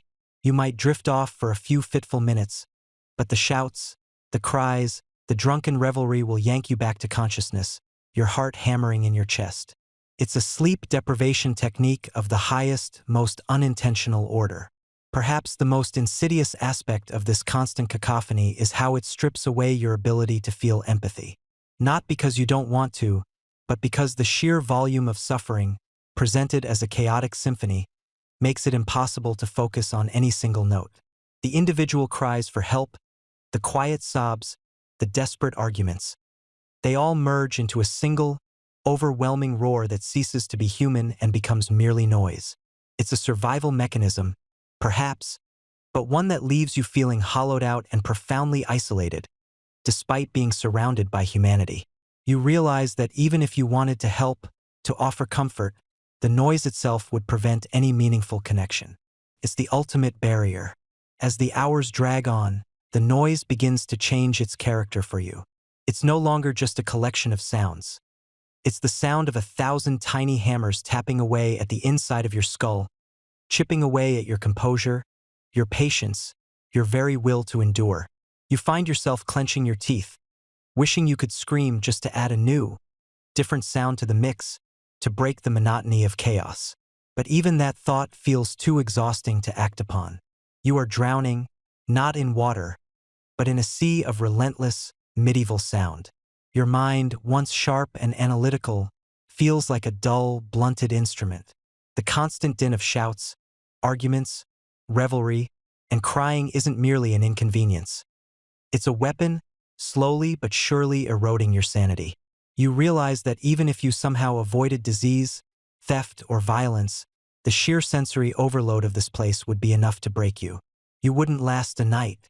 The noise alone would drive you to flee, seeking any patch of quiet, any blessed silence, no matter how brief. As the night deepens, you might, for a fleeting second, consider the possibility of finding a quiet corner, a secluded nook, a tiny sliver of personal space where you could perhaps, just perhaps, catch your breath. But that thought, much like a fleeting dream, dissipates the moment your eyes adjust to the perpetual dimness of the brothel. Here, privacy isn't just a luxury. It's a concept so alien, so utterly divorced from the daily reality, that it might as well be a mythical beast, whispered about in faraway lands. You see, in the medieval world, the very notion of personal space as we understand it simply didn't exist for the vast majority of people. Homes, even those of the more affluent, were often designed with communal living in mind. Families, servants, and even lodgers frequently shared sleeping quarters, sometimes even the same bed. Doors were often seen as barriers against the elements, not necessarily against prying eyes or ears. This cultural baseline of shared existence, where life unfolded in plain view, was then amplified to a cacophonous, all-encompassing extreme within the brothel walls. It's like taking the most crowded, noisiest open-plan office you can imagine, stripping away the cubicle dividers, adding a generous helping of desperation and despair, and then telling everyone to live there 24/7. There is no back room where you can escape the din, no private booth where you might collect your thoughts. Every single space is public, every interaction potentially observed, every sound and sight part of the collective, unyielding tapestry of the night. You're not just a patron. You're an unwilling, active participant in a living, breathing diorama of human misery, and there's no glass wall separating you from the exhibit. Imagine trying to have a moment of quiet reflection, perhaps contemplating the profound mysteries of the universe, or even just trying to remember what you had for breakfast, when the air around you is thick with the clamor of drunken arguments, the strained laughter of the women, the rhythmic creak of beds from barely concealed alcoves, and the constant shuffling of feet. It's a sensory overload that never lets up, a relentless assault on your capacity for inner peace.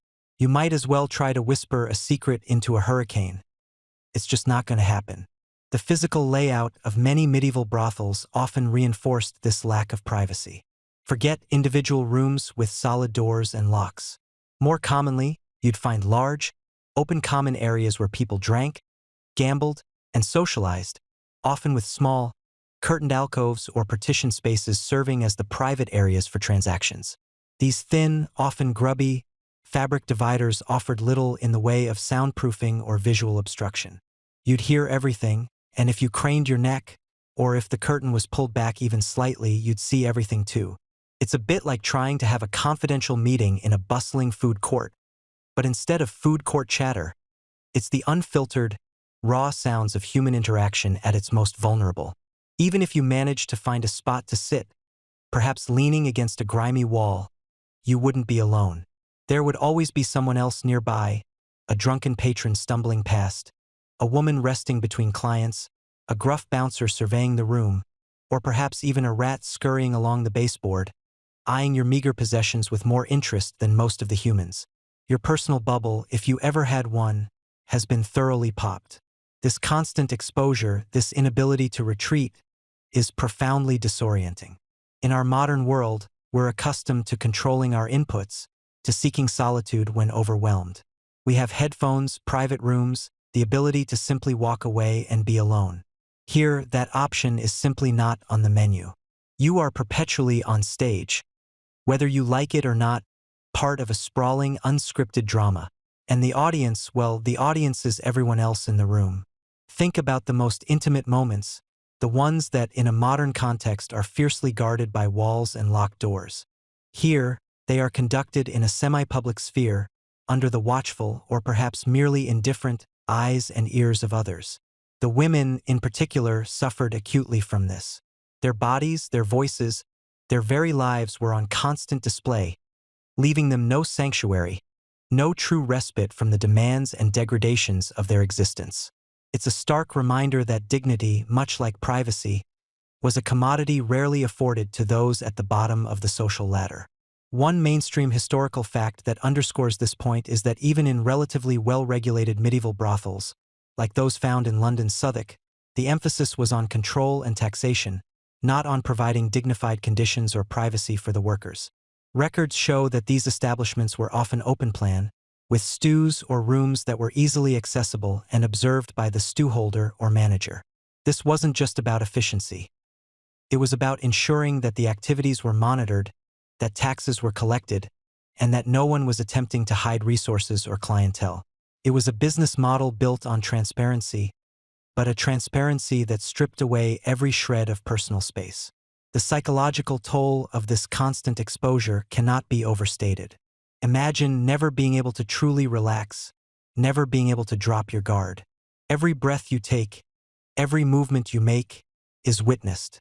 It's a relentless erosion of your sense of self, a constant reminder that you are just another cog in this grimy, churning machine. For a modern person, accustomed to the luxury of personal boundaries, this would be an intensely suffocating experience, akin to being trapped in a perpetually crowded elevator that never stops, filled with strangers who are all having very loud, very personal conversations. And here's a quirky tidbit. Some medieval sumptuary laws, which dictated what people could wear based on their social status, even extended to brothel workers. In some places, they might be mandated to wear distinctive clothing, like striped hoods or specific colors, further ensuring they were always identifiable and never truly blended in or found anonymity, even outside the brothel. It was another layer of public identification, another way to deny them any semblance of a private life. You couldn't even pretend to be someone else for a moment. The lack of privacy also meant an amplification of every other negative aspect of the brothel. The stench, for example, isn't just a smell you encounter. It's a smell you live in, with no fresh air or clean space to escape to. The noise isn't just background. It's foreground, middle ground, and every other ground, permeating your very bones. The threat of disease isn't just an external danger. It's an internal dread, knowing that every interaction, every shared surface, every breath of shared air, brings you closer to an invisible, agonizing fate. There's no quiet corner to wash your hands, no secluded spot to inspect a suspicious rash, no private moment to simply lament your predicament. Historians still argue whether the lack of personal privacy was genuinely less distressing for medieval people due to different cultural norms, or if it was simply an accepted hardship they had no choice but to endure. While it's true that their concept of privacy differed from ours, the sheer, unrelenting nature of the brothel environment suggests that even for them, it must have been a profoundly challenging existence. It's one thing to share a bed with family. It's quite another to have your every intimate moment, your every vulnerability, exposed to a revolving door of strangers. So, as you try to find a moment of peace, you realize the futility of it all. There is no escape, not within these walls. Every space is public, every act potentially observed, every breath you take shared with the desperation, the depravity, and the sheer lack of personal boundaries that define this place. Your internal world, your thoughts, your anxieties, they are all forced to mingle with the external chaos, leaving no room for retreat. You are utterly, irrevocably exposed, and the night is still young. The night, or what feels like an eternity of it, drags on, each moment a heavy anchor pulling you deeper into a mire of psychological distress. You've been here for hours now, though time has lost all meaning, dissolving into a continuous, suffocating present. The initial shock, the physical revulsion, the fear of contagion, those were immediate, visceral reactions. But now, as the hours grind by, a far more insidious enemy begins its slow, relentless assault. The sheer, soul-crushing weight of sustained mental strain. It starts subtly, a dull throb behind your eyes that has nothing to do with drink and everything to do with the constant, unremitting cacophony. Remember that sensory assault we talked about? It's not just noise anymore. It's an invasive, inescapable presence that gnaws at the edges of your sanity. The shouts, the slurred laughter, the desperate pleas, the unexpected bursts of violence, they don't just register in your ears. They reverberate through your very skull, vibrating against your teeth, making your muscles tense in a perpetual state of alarm. Your fight-or-flight response, designed for short, sharp bursts of danger, is now stuck in an endless loop, draining your reserves with every passing second. You yearn for quiet, for stillness, for a moment where your mind isn't being bombarded, but it never comes. It's like trying to find a silent corner in a perpetually ringing bell. You find yourself doing something peculiar, something your modern brain can't help but attempt. You try to process it all, to make sense of the senseless. But the human mind, even one as resilient as yours, wasn't built for this sustained onslaught of human suffering. You see the vacant stares, the bruised faces, the forced smiles, and the raw despair in the eyes of the women, and it's like 1,000 tiny needles pricking at your conscience.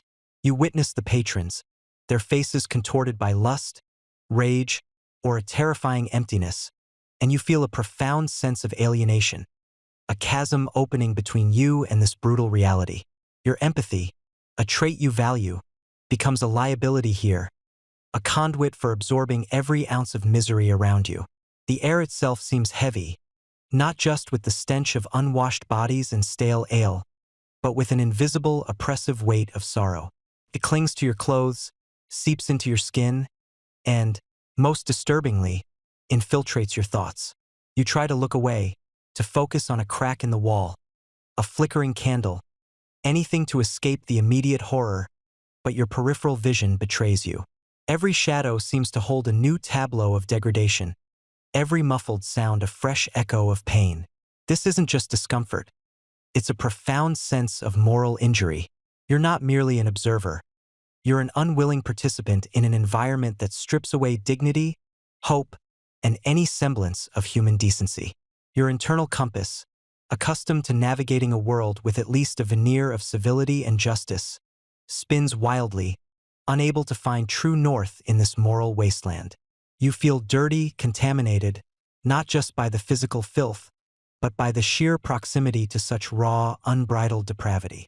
It's a feeling that gnaws at your sense of self, making you question your own resilience, your own capacity to endure.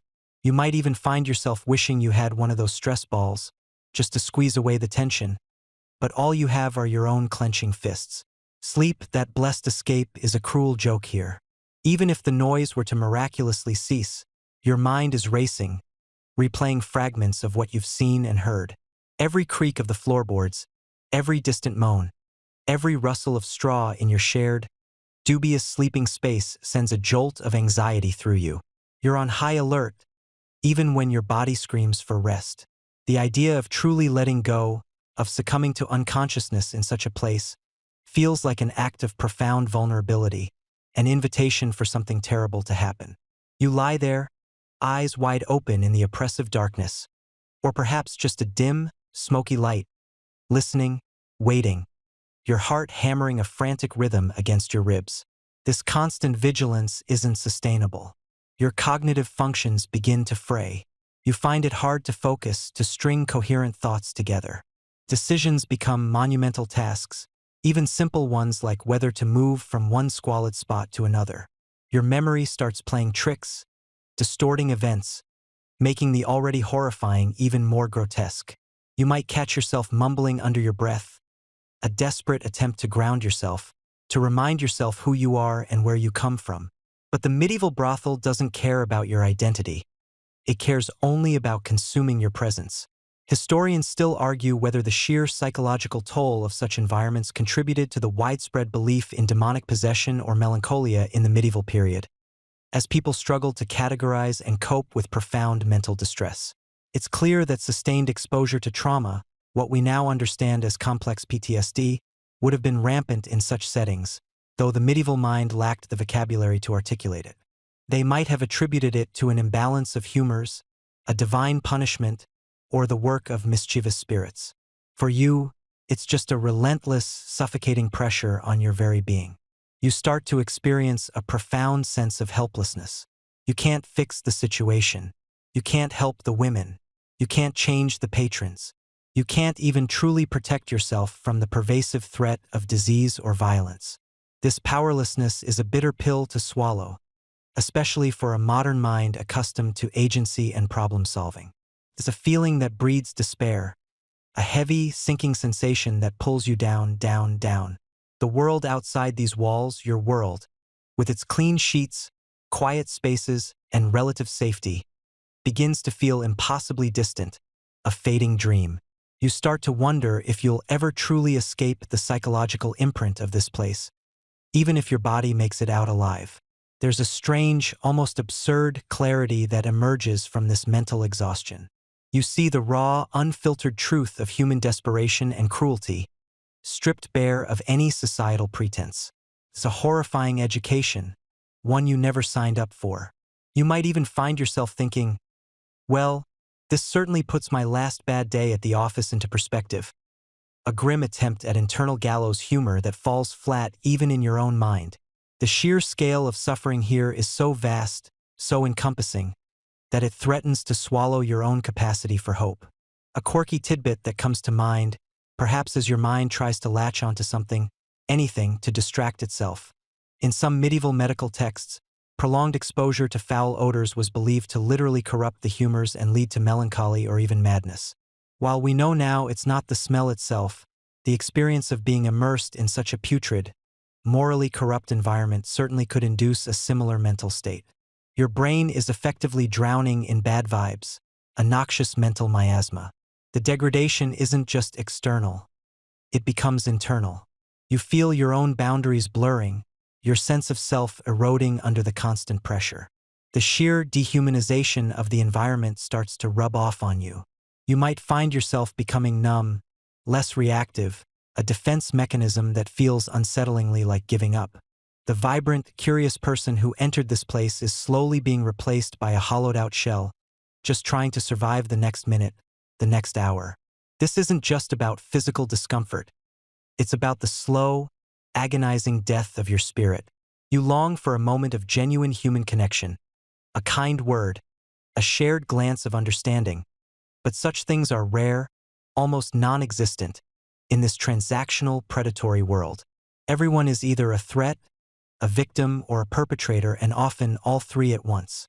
The isolation, despite being surrounded by people, is profound.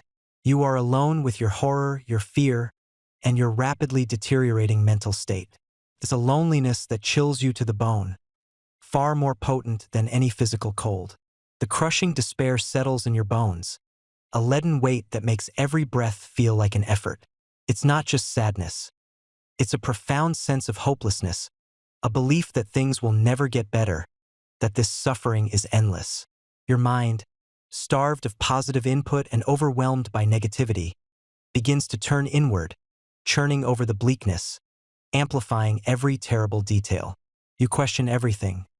humanity, morality, your own ability to ever feel truly clean or safe again. This isn't just a bad night. It's an experience that fundamentally alters your perception of the world, leaving an indelible scar on your psyche. You realize, with chilling clarity, that lasting a night here isn't just about physical survival. It's about whether your mind can endure the sheer, unadulterated horror without breaking. And as the hours crawl by, you feel it cracking, slowly, irrevocably, under the immense, unbearable weight. The first thing you register isn't a gentle caress of sunlight, nor the sweet serenade of birdsong. Oh no, your medieval alarm clock is far less charming. It's a dull, throbbing ache that settles behind your eyes, a relentless drumbeat against the inside of your skull, a symphony of regret conducted by a hangover that feels less like a mild annoyance and more like a physical assault.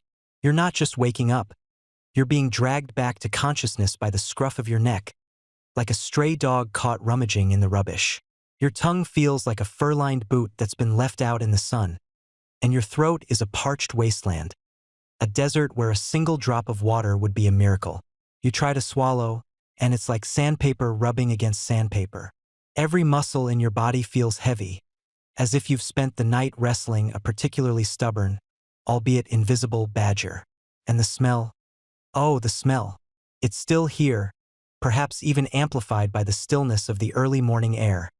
A cloying, stagnant blend of stale ale, unwashed bodies, human waste, and something indefinably, horrifyingly off.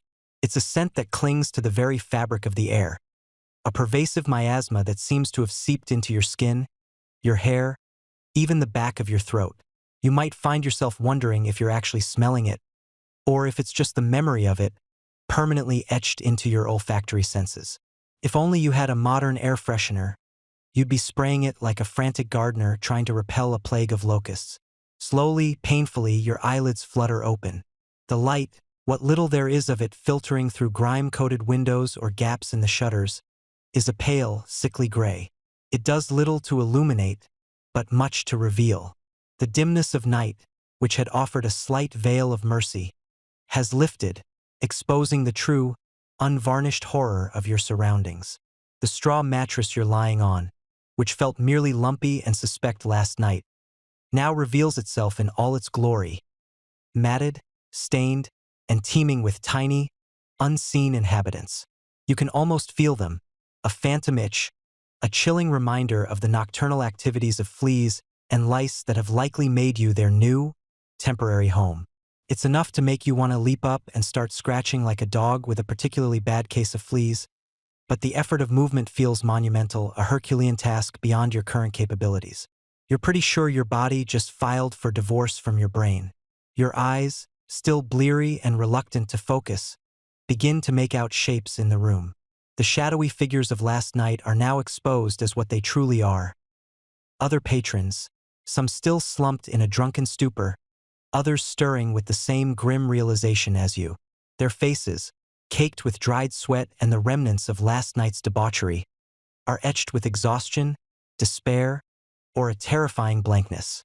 It's a gallery of human misery, and you realize with a jolt that your own reflection in any available surface, not that there are many clean ones, would likely fit right in.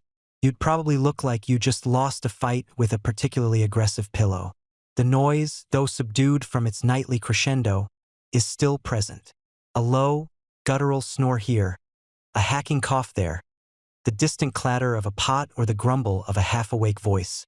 The women, too, are beginning to stir. You see them, not in the flattering, deceptive glow of candlelight, but in the harsh, unforgiving light of morning. Their faces are drawn, their eyes hollow, their movements slow and heavy. The thin veneer of forced cheerfulness or practiced allure has vanished, replaced by a raw, undeniable weariness. Some are already tending to rudimentary tasks, sweeping a corner with a twig broom, or stoically carrying out a bucket of, well, you don't want to think about what's in the bucket. It's a sobering sight, a stark reminder of the grim reality of their lives, a reality that doesn't pause for hangovers or moments of self-pity. You try to recall the exact sequence of events from last night, but the details are hazy, blurred by the alcohol and the overwhelming sensory assault. Fragments flash through your mind, a loud argument, the taste of cheap wine, a brief, uncomfortable interaction, the sensation of sinking onto this questionable mattress. A wave of shame washes over you, cold and unwelcome. What exactly did you do? What did you say? And more importantly, what did you catch? That last thought sends a shiver down your spine, colder than any morning chill. Without modern medicine, the fear of disease was a constant, terrifying companion in medieval life, and in a place like this, it was amplified 1,000-fold. Syphilis, gonorrhea, the French pox. These were not just abstract concepts. They were agonizing, disfiguring, and often fatal realities. You're acutely aware of every strange ache, every phantom itch, every unusual sensation in your body, convinced that you've already contracted some incurable malady. It's a paranoia that will likely cling to you for weeks, if not months. Historians still argue whether certain medieval brothels provided any form of mourning after service, like a basic breakfast or a basin of water for washing, or if patrons were simply expected to vacate the premises as quickly as possible once the sun rose. Given the general lack of amenities you've experienced, you're leaning heavily towards the latter. There's no offer of a comforting hot beverage, no chance for a refreshing shower to wash away the grime and the lingering smell of despair. You're on your own, buddy. This isn't a 4-star hotel with a complimentary breakfast buffet. It's more like a particularly bad camping trip where the tent collapsed and the bears ate your snacks. The concept of a walk of shame feels quaint compared to what you're contemplating. In a medieval town, reputation was everything. To be seen emerging from such an establishment in the stark light of day would be a social death sentence. Even if you managed to sneak out, the lingering stench, the disheveled appearance, the general air of debauchery would betray you. People would know. The gossipy whispers would follow you like a persistent shadow, staining your name, your family's name, and your future prospects. It's a chilling thought, adding another layer to the fear that already gnaws at you. A quirky historical tidbit for you? In some medieval cities, morning bells would ring to signal the start of the working day, and also to remind people of morning prayers. Imagine hearing the solemn tolling of a church bell through the oppressive air of this place. A stark contrast to the depravity you're immersed in. It's like the universe is gently, but firmly, reminding you that you are not where you are supposed to be. It's the medieval equivalent of your phone buzzing with a "you have 10 missed calls" from responsibility. As the morning progresses, the light strengthens, revealing even more unpleasant details. The walls, last night a vague backdrop, now show their true colors. Peeling plaster, dark stains that defy explanation, and carvings that range from crude to genuinely disturbing. The floor, a treacherous landscape of spilled liquids and discarded refuse, looks even more perilous in the pale light. You notice a discarded bone here, a splintered piece of wood there, and something unidentifiable that you really don't want to identify. It's a testament to the fact that cleanliness was not just next to godliness, it was in a different postcode entirely. The physical discomfort is escalating. Your headache intensifies with every slight movement or sound. Your stomach churns ominously, threatening to revolt against the questionable food and drink you consumed. You crave water, pure, clean water, with an intensity you've never known. This isn't just thirst. It's a primal, desperate need. You vaguely recall that medieval water sources were often contaminated, so even if you found some, it might just add another layer of risk to your already precarious situation. You're caught between a rock and a very hard place, and both of them smell faintly of stale urine. The full weight of your situation truly settles upon you in the quiet, desolate hours of the early morning. It's not just the physical discomfort, it's the mental strain, the crushing despair of witnessing such degradation, the raw vulnerability of the women, the aggressive desperation of the patrons, the sheer, unadulterated filth of it all. It presses down on you like a physical weight. The initial shock has worn off, replaced by a profound sense of exhaustion and a lingering nausea that goes beyond the physical. It's a moral nausea, a revulsion at the depths to which humanity can sink, and the casual cruelty with which it can be tolerated. You feel dirty, not just externally, but deep within your soul. It's a feeling that makes you want to scrub yourself raw, to somehow erase the memory of this place from your very being. You lie there, or perhaps sit up slowly, carefully, trying not to jostle your protesting body, and you realize with chilling clarity that you wouldn't last another moment in this place. The night was a trial by fire, and the morning light is the cruel postmortem, revealing every burn, every wound. The fear of disease, the threat of violence, the crushing social stigma, and the sheer, overwhelming sensory assault have coalesced into an undeniable truth. You have to get out. You just have to figure out how to do it without attracting any more unwanted attention, and without collapsing from the effort. The thought of escape becomes a beacon, a desperate, flickering light in the pervasive gloom. The first tendrils of dawn, thin and watery, begin to stretch across the bruised sky as you stumble out of the brothel. Your body protests with every movement, a symphony of aches and phantom itches. The air, though still carrying the pervasive stench of the city's refuse and unwashed masses, feels miraculously clean compared to the cloying, stagnant atmosphere you just escaped. It's like stepping out of a deep-fried fish shop and into, well, still a fish market, but at least one with an open window. You gulp down the relatively fresh air, feeling your lungs protest at the sudden influx of oxygen after hours of breathing in what felt like a fermented sock drawer. Your eyes, still gritty from lack of sleep and the general oppressive gloom of the establishment, squint against the weak light. The street, usually teeming with life even at this early hour, seems momentarily deserted, offering a brief, blessed respite from the constant press of bodies. You notice the dew on the cobblestones, sparkling almost innocently, a stark contrast to the grimy, sticky surfaces you just left behind. Each step you take away from the brothel feels lighter, as if an invisible weight is slowly being lifted from your shoulders. It's a physical manifestation of the relief flooding through you, a sensation so potent it almost brings tears to your eyes. You don't look back. There's nothing there you want to remember, nothing you want to acknowledge. The very idea of turning your head, even for a fleeting second, feels like a betrayal of your newfound freedom. You just keep moving, propelled by an instinctual urge to put as much distance as possible between yourself and that den of, well, let's just say unconventional entertainment. Your clothes, you realize, feel heavy and alien, as if they've absorbed the very essence of the place.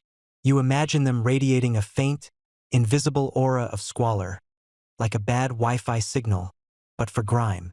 You'll want to burn them, or at least boil them in lye, repeatedly. The sounds of the city slowly begin to awaken around you. The distant crow of a rooster, the clatter of a cart wheel on cobblestones, the murmur of early risers heading to market. These are the normal sounds, the everyday symphony of medieval life, and they sound like angels singing compared to the cacophony you endured indoors. No more drunken shouts, no more mournful cries, no more the unsettling creak of overworked floorboards. Just the mundane, comforting rhythm of a town waking up. It's a reminder that a world beyond those walls exists, a world where people don't spend their nights in a perpetual state of heightened anxiety and disgust. You might find yourself walking aimlessly for a while, simply reveling in the open space, the ability to breathe without gagging, the sheer, unadulterated joy of not being trapped.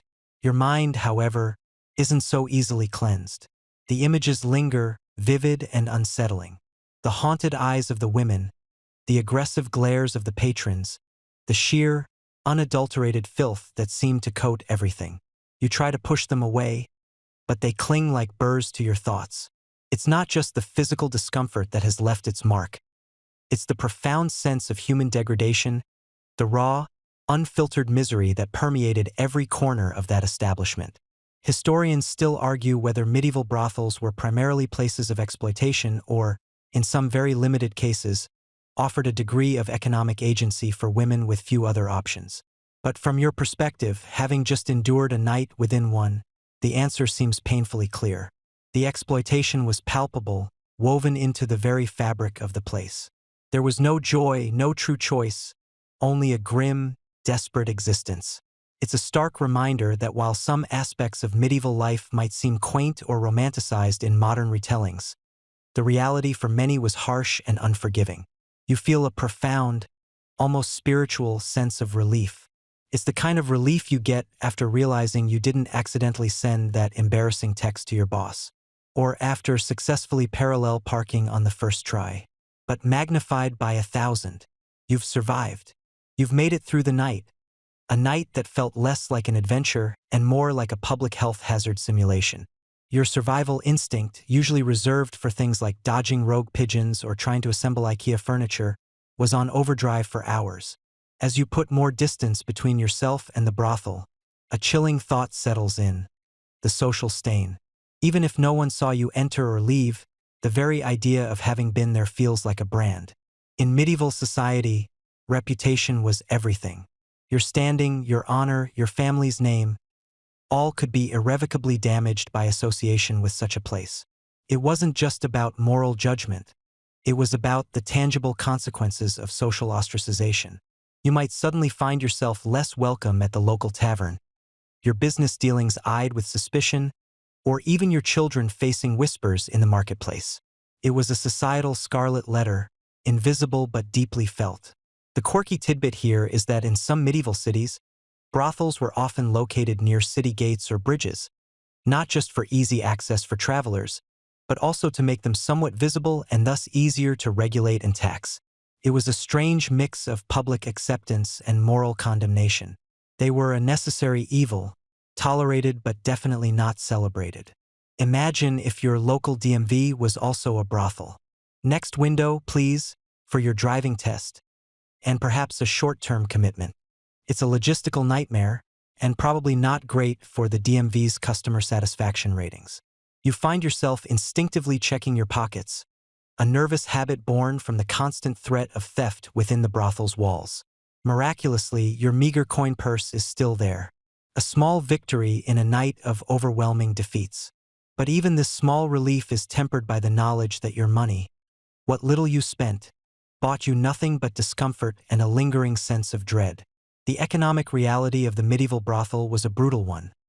High cost for low value, where value was measured not in pleasure, but merely in survival of the transaction. You basically paid for the privilege of being miserable. It's like buying a subscription to a streaming service that only plays infomercials from the 1980s. You just feel ripped off. The sunlight strengthens, casting long, distorted shadows as the city fully awakens. You see merchants setting up their stalls, apprentices sweeping shop fronts, and housewives heading to the well. These ordinary sights are suddenly imbued with an extraordinary beauty, a testament to the simple, uncomplicated peace of everyday life. You realize how much you took for granted before your ill-fated foray into the medieval underworld. The ability to sleep in a clean bed, to eat food without fear of immediate illness, to simply exist without the constant threat of violence or disease. These are luxuries that you will never again overlook. The mental strain of the night is still very much present. The crushing despair, the sense of hopelessness that permeated the brothel, has left a residue on your soul. You feel emotionally drained, as if your empathy reserves have been completely depleted. It's a heavy, leaden feeling, and you know it will take time to shake off. This wasn't just a bad night out. It was an encounter with a raw, unvarnished side of human existence that most people are shielded from. The fragility of life, the harshness of poverty, the casual cruelty that could flourish unchecked in such environments. It's all been laid bare. You vow, then and there, a solemn promise to yourself that you will never ever return to such a place. Not even if it were the last establishment open in a torrential downpour and you were desperate for shelter. Not even if they offered free Wi-Fi and unlimited mead. The memory of the stench, the noise, the despair, the sheer, overwhelming wrongness of it all will be etched into your mind, a permanent scar. It's a lesson learned the hard way, a visceral understanding of why certain aspects of history are best left in the past. You've walked through a portal to a time when life was cheap and comfort was a luxury, and you've seen firsthand just how quickly a person could descend into a hellish existence. Your escape is not just physical. It's a desperate scramble back to sanity. The world outside the brothel's walls, with all its medieval imperfections, feels like a paradise. The fresh air, the promise of a clean bed, even if it's just a straw pallet in a stable, the absence of immediate threat, these are treasures beyond measure. You are, in essence, running from a nightmare that was all too real, seeking refuge in the mundane reality of a medieval morning. And as you put more distance between yourself and that place, you feel the grip of fear loosen, replaced by an overwhelming, almost giddy sense of relief. You made it, you survived, and you will carry the memory, not as a source of morbid fascination, but as a stark, cautionary tale. You are forever scarred, yes, but also forever grateful for the simple, undeniable truth. You are out, and you are never, ever going back. Now, as the last echoes of that long, difficult night begin to fade, allow your mind to gently drift away from those stark, historical realities. The rough textures of medieval life, the clamor and the chill, are softening now, dissolving into the quiet comfort of your own space. Imagine a soft, warm blanket settling around you, easing away any lingering tension. The distant sounds of the city outside your window are just whispers, part of a gentle lullaby. The air around you is calm, clean, and filled with the quiet promise of rest. Let your breath deepen, slow and steady, carrying you further into a place of peace. All the discomfort, all the harshness, is receding, becoming nothing more than a faint echo in the quiet chambers of your memory. You are safe, you are warm, and you are utterly, completely at peace. The day's journey is done, the lessons learned, and now, only tranquility remains. Allow your eyelids to grow heavy, your body to relax, sinking deeper into the soft embrace of slumber. Let the gentle darkness enfold you, peaceful and serene.